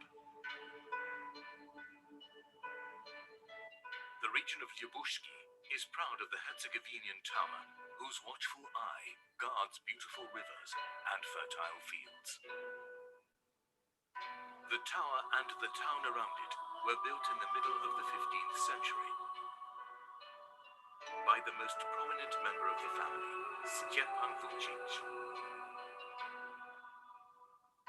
The old town of Vidoški, above Stolac, was also in the possession of this great man. The building is surrounded by chains of stone towers and fortress walls. Not far from the fortress, stone sleepers in an eternal dream can be found. Radimia, the most famous necropolis of Stejac tombstones. The tomb of the famous duke from the Kosacha family, Vlatko Vuković, is located in the necropolis of the Boljuni Stejac tombstones. Above the source of the river Una, on the inaccessible karst peak, lies the fortified town of Stjepangrad, the capital of the Kosacha rule during the reign of Duke Sandal Hranić and the previously mentioned Duke Stjepan Vučić. The Kosacha family ruled and acted in turbulent historical and political times, experienced numerous struggles and turmoil, and brought the last Bosnian queen, Katarina. With the arrival of the Ottoman rule, and the fall of the Kingdom of Bosnia, the family weakens over the years and is slowly losing its influence. After a long resistance of some members of the family, the reign of the Kosacha ended at the beginning of the 16th century. Nevertheless, to this day, the land of Hun preserves numerous traces of their rule. The cities they have ruled, the culture they have left, and the name they have given Herzegovina. I hope you like the movie. I will now start with the presentation about the cultural route that we created based on this family represented in video. So we choose the Kosacha cultural route for presentation. We created this route based on family Kosacha that ruled this area, and this area also got the name based on the title one of the members of their family got. It's called Duke or Herceg, so this region is called Herzegovina. Here is some short info about development of the cultural route Kosacha.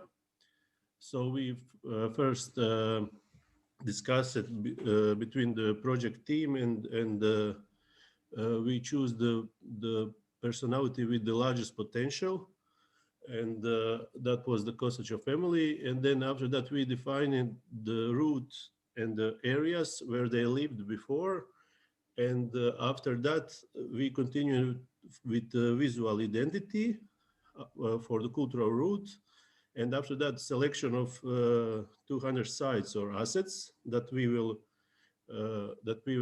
show on this cultural route. It was divided in 5 groups. We will show you that later.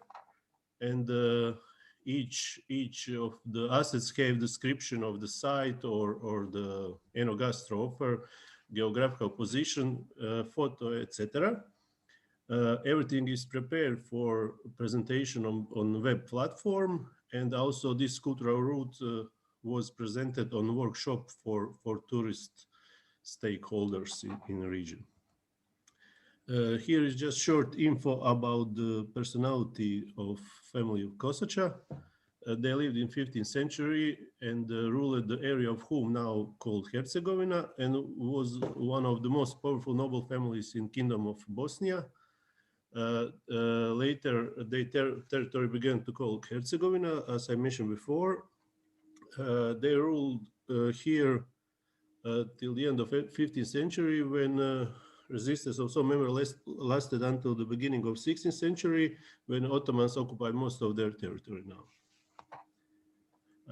We based our cultural roots on few things. The first is cultural and historical heritage, where we choose the old cities or towns where they ruled, and after 10 main locations that we choose that are connected with this family, then we try to digitalize and choose other tourist offer or heritage around that. That is natural heritage, active tourism, accommodation, and enogastro offer. Here is those 10 main locations that we choose. They are all based in Herzegovina, and for those 10 locations we did the 360 VR. I will show that later in the presentation of web applications, where you can literally see the locations from like 3 to 10 points by 360 virtual reality. Those are the main historical and cultural places. That is Old Town Blagaj, also called Stjepangrad. It's that town is above Mostar and above the source of River Buna. High is 266 meters. Also, there is Fortress Herceg Stjepan in Ljubuški, also symbol of the town of Ljubuški and Herzegovina. The third main is Old Town Vidoški, fortress in Stolac, also in this area on our cultural route. Fourth is Necropolis Stečak Boljuni, and also in next slide, Necropolis Stečak Radimlja. That since Bosnia and Herzegovina is the country with the most Stečak tombstones in the world, and those two near Stolac are the most significant and the most decorated Stečak in the world. So this is also the Necropolis Stečak of Radimlja. There's 135 Stečaks, 63 of them are decorated. And one of the members of noble family Kosača is located there now, under the tombstone. And here is the few photos and about the natural heritage. You can see some waterfalls, also active tourism that we can do on this cultural route, like canoe safari or Enogastro offer vineyards, wine clubs, for visiting. There's also accommodation places on the route for tourists. I'll show you just a few more photos about those categories. This is one new winery that is just nearly open. Some active tourism offers like driving these cars over the mountains and old towns. And here is also where we presented the cultural route for students in our pilot project in Gallery of Sum in Mostar.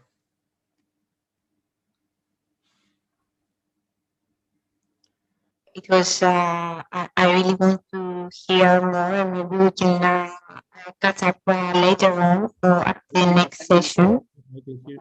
Can you hear me now? Can you hear me now? Now I hear, but you're very close to the microphone. Yes, yes. So I would like to hear more about especially the pilot action and the gallery at your university. But we have to revise a bit our program, and I will come back to Gerace. I haven't forgotten. We're gonna go through your cultural roots of Gerace, but first, as you will see in the program, we have the project officer of the Joint Secretariat from ADRION program with us, Lucia. That is going to give us a brief presentation about the lessons learned through the previous program period and a few insights about the next program period. And because we have overrun, I have to give the floor to Lucia, and then we can come back to Gerace. Apologies, Katerina, and Lucia.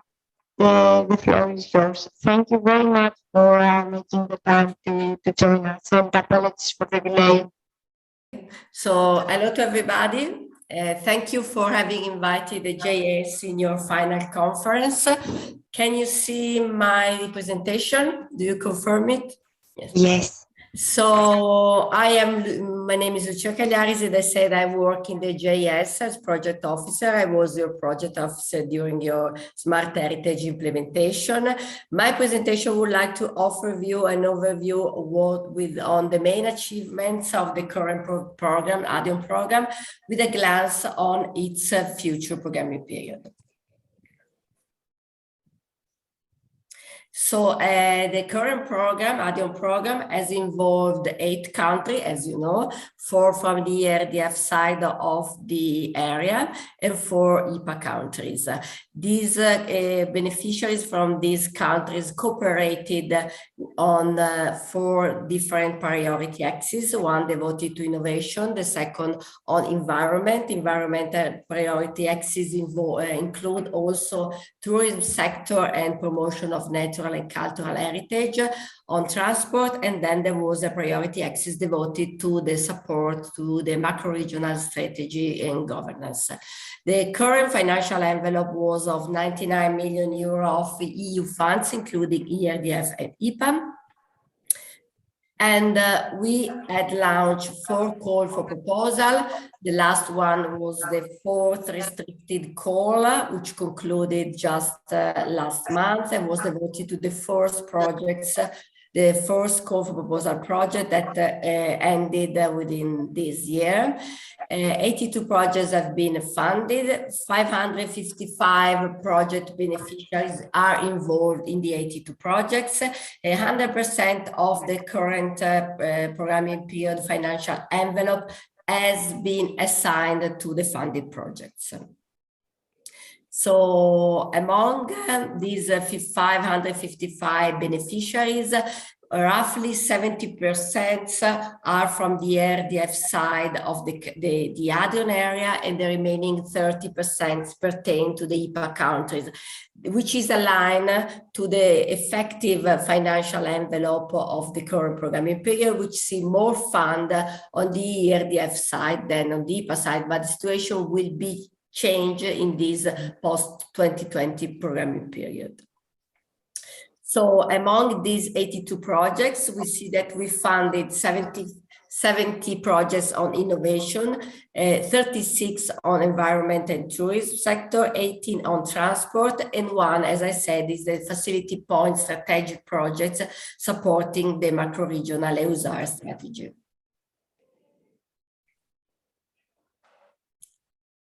So the current program also set up 5 different thematic clusters, mostly, let's say, feeded by the first core projects, and now that are carried on by the second core projects. One was devoted to innovation, to blue growth and related smart growth. We had 2 separate thematic cluster related to the tourism one and to the environmental issues the other, and then we had 2 different clusters on transport issues, one on mobility and one on freight and multimodal transport. The program also supported the enlargement process within the EU, transferring expertise and supporting the capacity building of the IPA countries. It has been provided, as I say, supported to the macro-regional strategies, and the program was also focused on communication activities, since it has been organizing more than 50 events with the participation of roughly 5,000 participants. We set up a website devoted to the ADRION program, which also the project website as a unique repository of information. We also launched a cooperation initiative with the different transnational cooperation program, the MED program and the NECBC MED.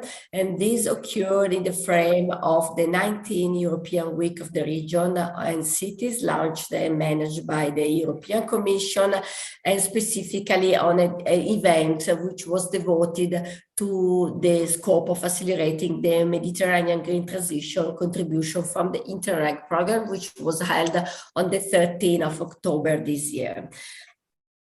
So how will be featured the next post-2020 program?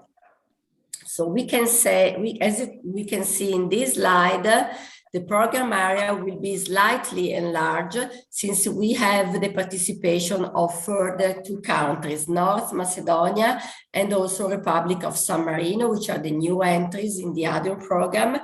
The indicative program budget will be increased. It will be roughly of 136 million euro of EU contributions, so then plus co-financing from the countries. The selected policy objective are this one listed. So the program chose to work on policy objective 1, which is devoted to research, innovation, smart specialization, and entrepreneurship.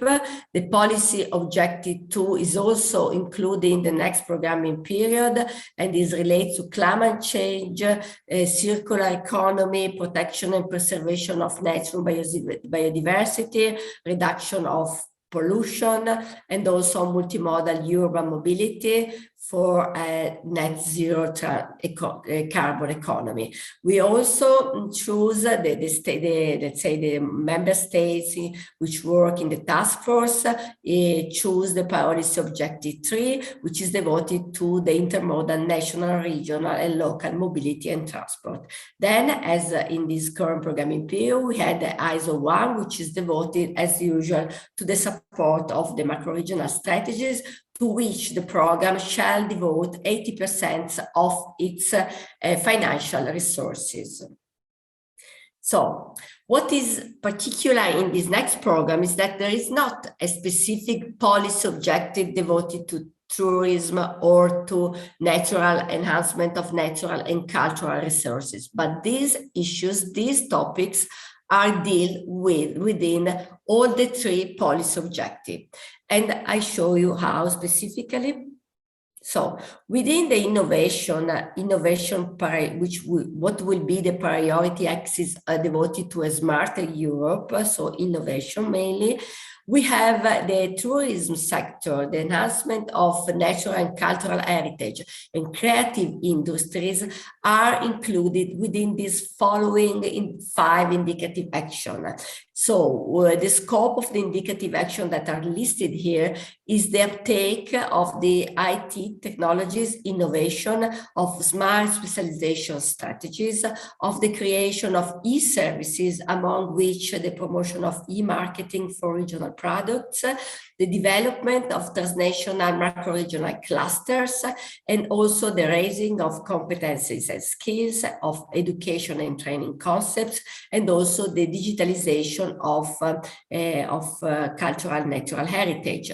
So as you can see, there is plenty of space for funding projects on tourism and natural and cultural heritage within the next programming period. As far as priority axis 2 devoted to environment, these sectors are including the following 3 indicative actions, which relates to the increase of climate resilience with a focus on the preservation of natural and cultural heritage in urban areas. And also we work to minimize the tourist negative environmental impact, and to promote the active involvement also of tourist actors, among others, in the development of the so-called sustainable urban mobility plans for the, let's say, the sustainable mobility in other cities and functional urban areas. As far as transport, also tourism sector and promotion of natural heritage is mentioned within 1 indicative action, which is devoted to the development of let's say, clean, smart mobility system and solution for tourists.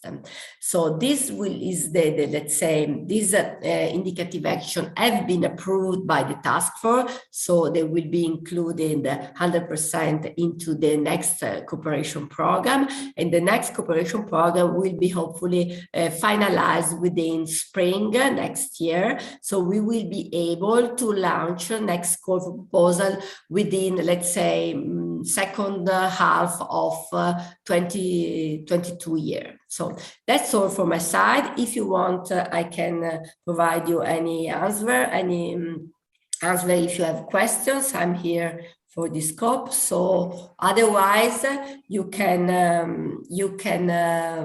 let's say, transmit your question to your, let's say, lead partner, and I will be happy to provide you support. I ask also your supporting the Olga and Gaetani and the Hector to share the presentation with you, so you can find details for your benefit. And that's all from my side. Thank you. Thank you, Lucia. It was very interesting, and thank you for your time. Of course, we will share the presentation with our partners, and if we have any questions now, otherwise you can send the questions to me, and I will, as a partner, we will share it with you. Thank you, Lucia, again. Okay, so if there's no questions, I think that we can move back to Caterina and the municipality of Gerace. Once again, Caterina, sorry for this change, but we are ready to hear your cultural. Thank you very much, Olga. Thank you, don't worry. Okay, so I share my screen and I go for the presentation of our cultural roots. As I told you before, we created in the occasion of the implementation of this project, of the Smart Heritage Project, some important territorial marketing products. Now I'm going to present you the web app with the cultural roots specification. So this activity, together with also the training of the local operators, have been implemented also thanks to the professionality of the service provider TATIC group that offered a wonderful service to the municipality. So this is the web app that you find under the address exploregerace.it. So I invite you also to visit this web app because it's very interesting. It shows in a systemic way the experience that has been done by the municipality of Gerace and the local operators through this project. So here you can find, of course, again, the full video that I showed you before with the evocation of the historical character that we choose as a fil rouge for presenting our cultural root. And there, and here you see that we splitted the experience of exploring Gerace, so the cultural route, in three ways. So the possibility to see Gerace in 1 day, the possibility to see Gerace in 3 days, and the possibility to see Gerace in 5 days. When I see Gerace is not only visiting the city, but also making a full experience of the cultural products that we created. I scroll down and you have the possibility here to have a full virtual tour by checking in the map. But I don't show you now. Here. I will go through the virtual tour that you can find here. So I go on by scrolling down the home page. Here you find more information about the historical character. So what I told you this morning about Roger I. And here it's really interesting, this part, because here you have the possibility to experience Gerace under different ways. I told you about the involvement of the local operators, the local economic operators that were really enthusiastic of this activity. And they offered their time and their products and their knowledge, their know-how for building a real living experience. One of the results that we reached, which was not foreseen in the project, is that we are now operating, in these days, operating with a living community of operators, of local operators that are creating new products for the future. So this is a big success of the project, of course. So here you can find the visitor, the tourist can find the food experiences, the handcraft, and the immersive experiences. If you go up in the web page, the web app, then here you find, well, some advertisement of the future events in Gerace, which is called Il Borgo Incantato, during Christmas holidays. Then you find Discover Gerace, and here you find the places of interest, Gerace, the Norman city, and a highlight on the historical character. Then the virtual tour, as we showed you, and then Leave Gerace. If you go on Leave Gerace, here you find what you can buy and which are the products of excellence of Gerace. And what you see here is not only a list of economic operators, but it's they are the operators that participated in the training for creating the cultural routes.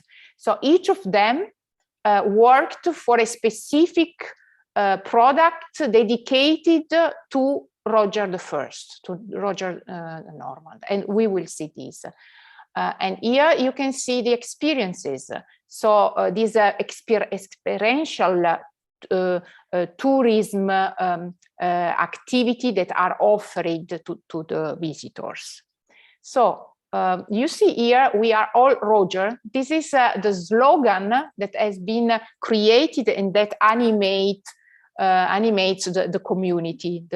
We are working right in these hours, as I was telling you, on new projects, on new initiatives under the slogan "Siamo tutti Ruggero." So we are all Roger, and it's also a group that has been created on WhatsApp, which is daily working on these new ideas and new initiatives.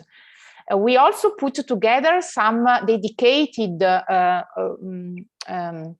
recipes dedicated to Ruggero, to Roger I, and the touristic itineraries. So experiences in Gerace, here you see, you find the immersive experience that you can have in Gerace dedicated to Ruggero. So for example, some food experiences, and here you choose what you want to do by visiting some special economic operator.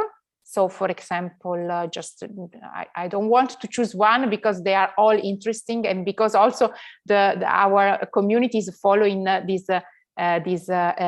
this conference today. You will find among the participants also many of them, and I don't want to offend anybody, so all of them are interesting, and I invite the participants to the conference to visit this part of the web app. Instead, I wanted to go to the tours, the cultural tours, and show you how we for example, by going in exploring Gerace in 3 days, I show you what you can find here. So you find the map of the city and the monuments that you can visit in the 3 days of tour that you can dedicate to this city. And if you go specifically on each monument, here you see that the numbers are the specific monuments, for example, the Civic Museum, the cathedral, etc. For example, if I go here, I go to the tour, and you go directly and see the cathedral. You see some parts of the cathedral. Then you have the possibility to enter in the arrow here and enter the door and go and see, for example, when you see the photograph here, so the camera, you see, oops, you see the specific detail of the monument that you want to see. So this shows also the big work that has been done for digitalizing many details of the monuments. And if you go, for example, inside the cathedral, you can still see the possibility to change, to tour, and to see for example, in this case, a detail of the church, the cathedral. You can go more inside and change also the view. this way. So for each single monument that is relevant to visit in the Norman style, of course, you have this possibility. I go back and to the map, and I show you, for example, another monument, which is the Church of San Francesco d'Assisi. Again, here the visitor can go and experience the tour inside the monument. You see? So this is the exterior part.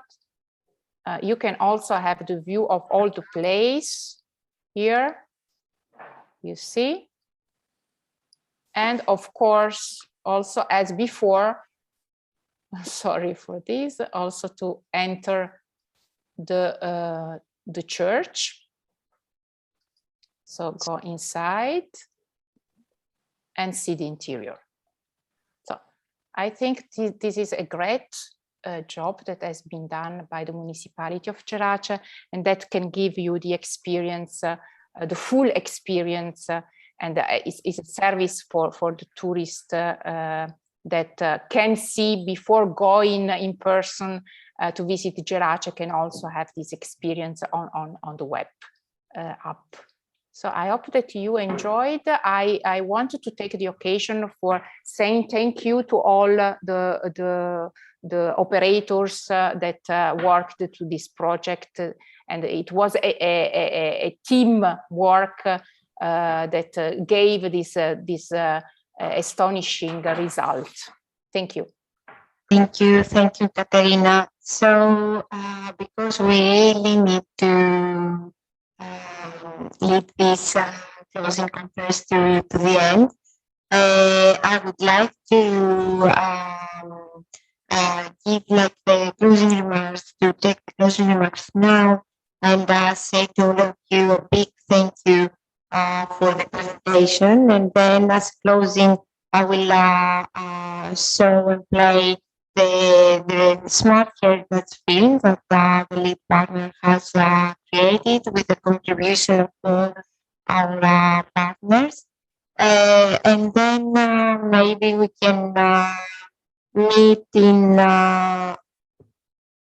it's 4:15 for us here, 3:15 for you there.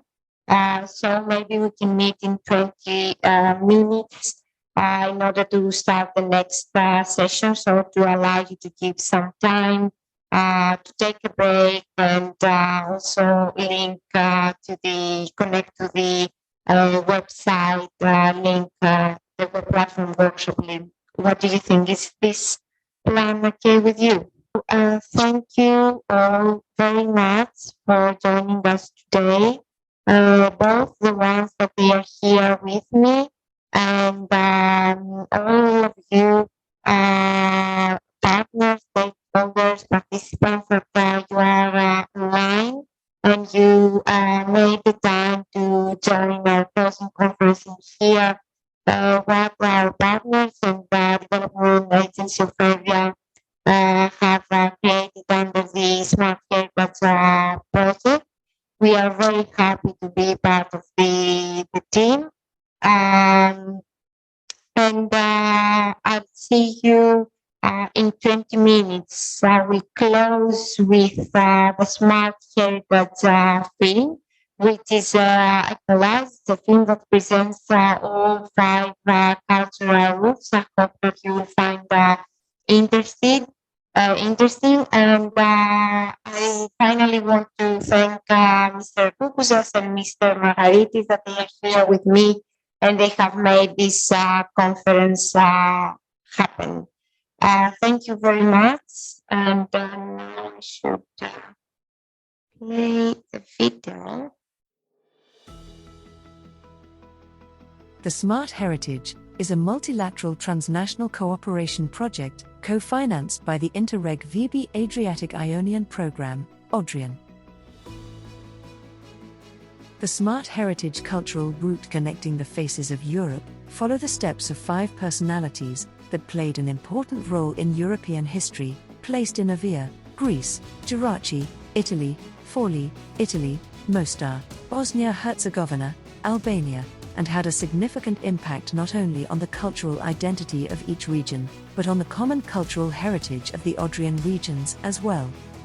The Smart Heritage Cultural Route is an opportunity to follow the footsteps of Hercules, Dyrrhachium, Caterina Sforza, the Kozaca family, and Roger I, learn their stories and the impact that their lives had on history.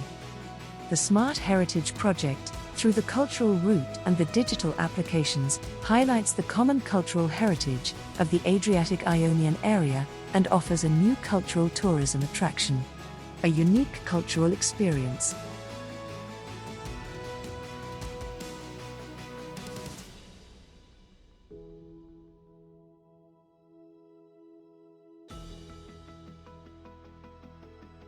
Hercules was an ancient mythical hero and one of the most famous heroes of Greek and Roman mythology. Son of Zeus and a mortal queen, Alcmena, he was the strongest of all men. The glory of Hercules is exceptional. People loved him for the benefits he gave them and worshipped him as a god. Many temples were built and many festivals and games were held to honor him. According to Diodorus Siculus and Arpelodorus, the establishment of the Olympic Games is attributed to Hercules when he performed the labor of the Erymanthus Capricorn. His 12 labors have spread throughout the world. With courage, he killed the lion of Nemea, the Lernaia Hydra, and it is his courage that still inspires us today. Hercules is closely associated with Evia and central Greece, and visiting Evia will bring you a step closer to the hero and his legacy. Born in Thebes and died in Oiti. In the thermal springs of Oedipus, the goddess Athena asked the god of fire, Hephaestus, to bring warm, relaxing, healing waters to the surface of the earth so that Hercules could rest and regain his strength after his labors. His success in the archery games of the king of Oichalia, Eurytus, made him considered the founder of the games, which are organized in his honor both in Eretria and in Chalkida. At Cape Kenaion, in agony from the poison of the centaur Nessus, Hercules pushed his friend Lycus into the sea. The pieces of Lycus fell into the sea and Poseidon transformed them into Lycodonisia. Hercules is associated with the waters and hot springs. His personality, legacy, and adventures have influenced the local traditions and cultural heritage of the region.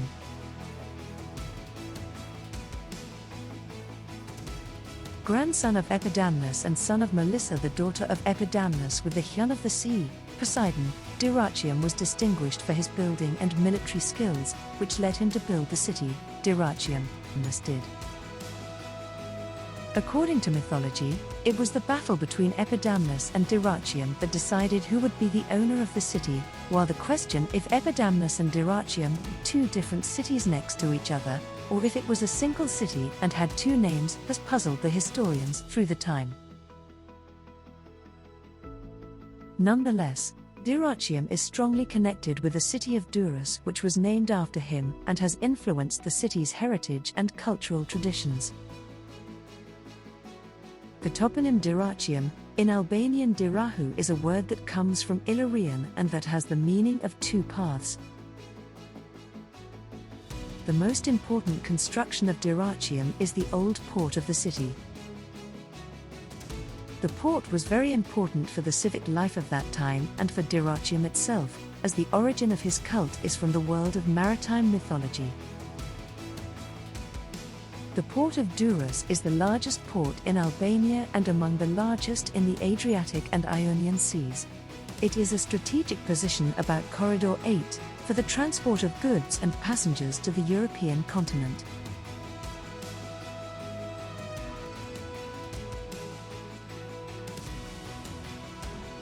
Caterina Sforza was born on an unspecified date between 1462 and 1463. As is also the place where she saw the light, either Milan or Pavia. What is certain is that she was an illegitimate daughter, born from the union between the Duke of Milan, Galeazzo Maria Sforza, and the court favorite, the beautiful Lucrezia Landriani. It was with the charisma, the culture, the foresight, the determination, the passion for the arts, including the art of war, In one word, it was with her humanity that she emerged woman in a world made of men. Caterina Sforza is still strongly rooted in the popular memory of Forlì. All the streets around the fortress of Rivaldino, still affectionately called today by the inhabitants of Forlì, of Caterina Sforza, bear names that refer to characters who orbited her life story. Her presence still vibrates in Rivaldino today. Catherine's spirit is so tangible inside her fortress that she can be heard floating in the hallways and rooms, in the foyer and on the towers, in the corridors and on the stairs. On the 12th of January 1500, the fall of Rivaldino marked the end of Caterina's earthly power. However, that day corresponded to the beginning of her immortal legend.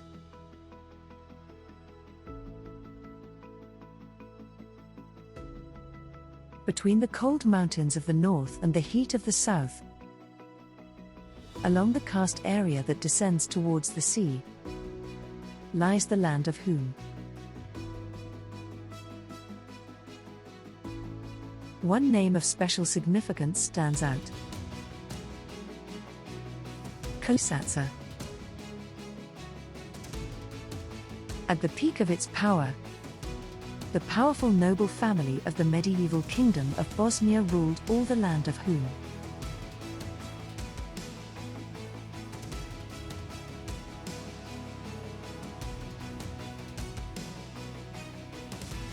The region of Jibauski is proud of the Herzegovinian tower.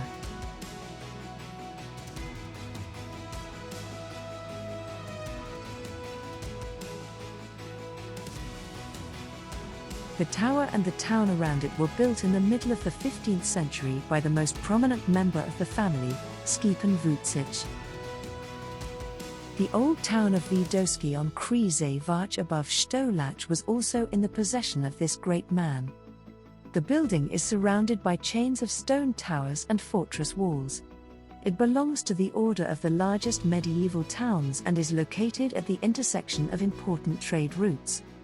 Not far from the fortress Radimia, the most famous necropolis of Stečak tombstones is found. The tomb of the famous duke from the Kosatsa family, Vlatko Vukovic, is located in the necropolis. Above the source of the river Buna lies the fortified town of Stjepangrad. The capital of Kosatsa ruled during the reign of Duke Sandal Pranic and the previously mentioned Duke, Stjepan Vucic. Today, the former watchtowers of Blagaj offer a beautiful view of the Neretva Valley. The Kosatsa family ruled and acted in turbulent historical and political times, experienced numerous struggles and turmoil, and brought the last Bosnian queen, Katarina.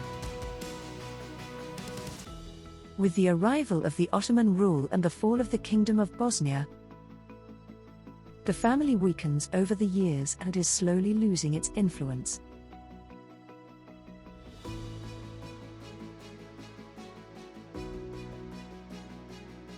Nevertheless, to this day, the land of Hum preserves numerous traces of their rule.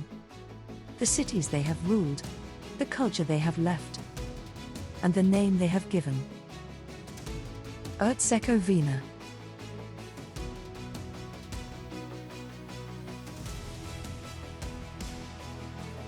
From a dusty history book that recounts the events of the Middle Ages, Roger I, the Great Count, of the illustrious dynasty of Altavilla, will immerse himself today in an enchanting dream, to rediscover Gerace and its immortal splendor. The famous leader, who arrived in Calabria in the middle of the 11th century, retracing the places that still testify to his unstoppable rule, will be the noble guide among the alleys Geracesi. Every corner of Gerace hides a disarming beauty that, since the lowest point of the country, the Borgo Maggiore, extends up to what was originally a small fortress, now called the castle. What makes it unique are the numerous churches, an indelible sign of a succession of dominations, which over time imposed themselves on the territory, as evidenced by Santa Maria del Mastro, the Church of St. Francesco d'Assisi, and all the other sacred buildings located in various points of the town.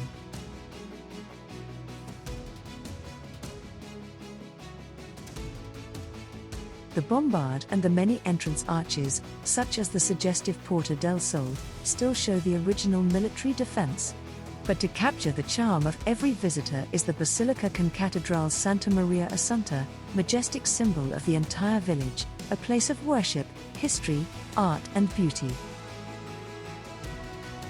Our common cultural heritage is at the heart of the European way of life. It is all over us in our cities, in our natural landscapes, and our archaeological sites. It is the literature, art, and monuments, the arts we learned from our ancestors, the stories we tell our children, the food we eat, and the films we watch. Cultural heritage defines who we are and strengthens our sense of belonging to a common European family. We all belong to a peaceful community with rich history and interconnected cultures.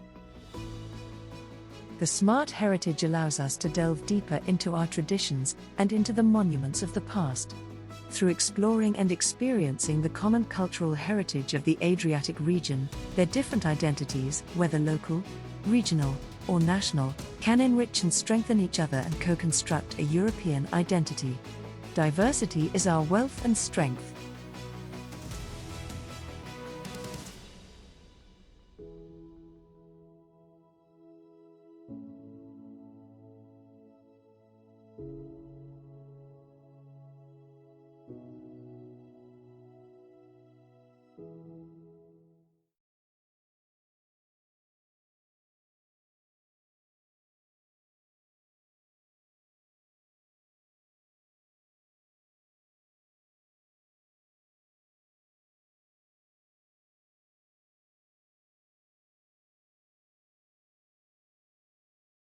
So for now, let's take a break and let's meet in quarter to 5. Let's say for here, quarter to 4 for you. See you in a while, and thank you all again very much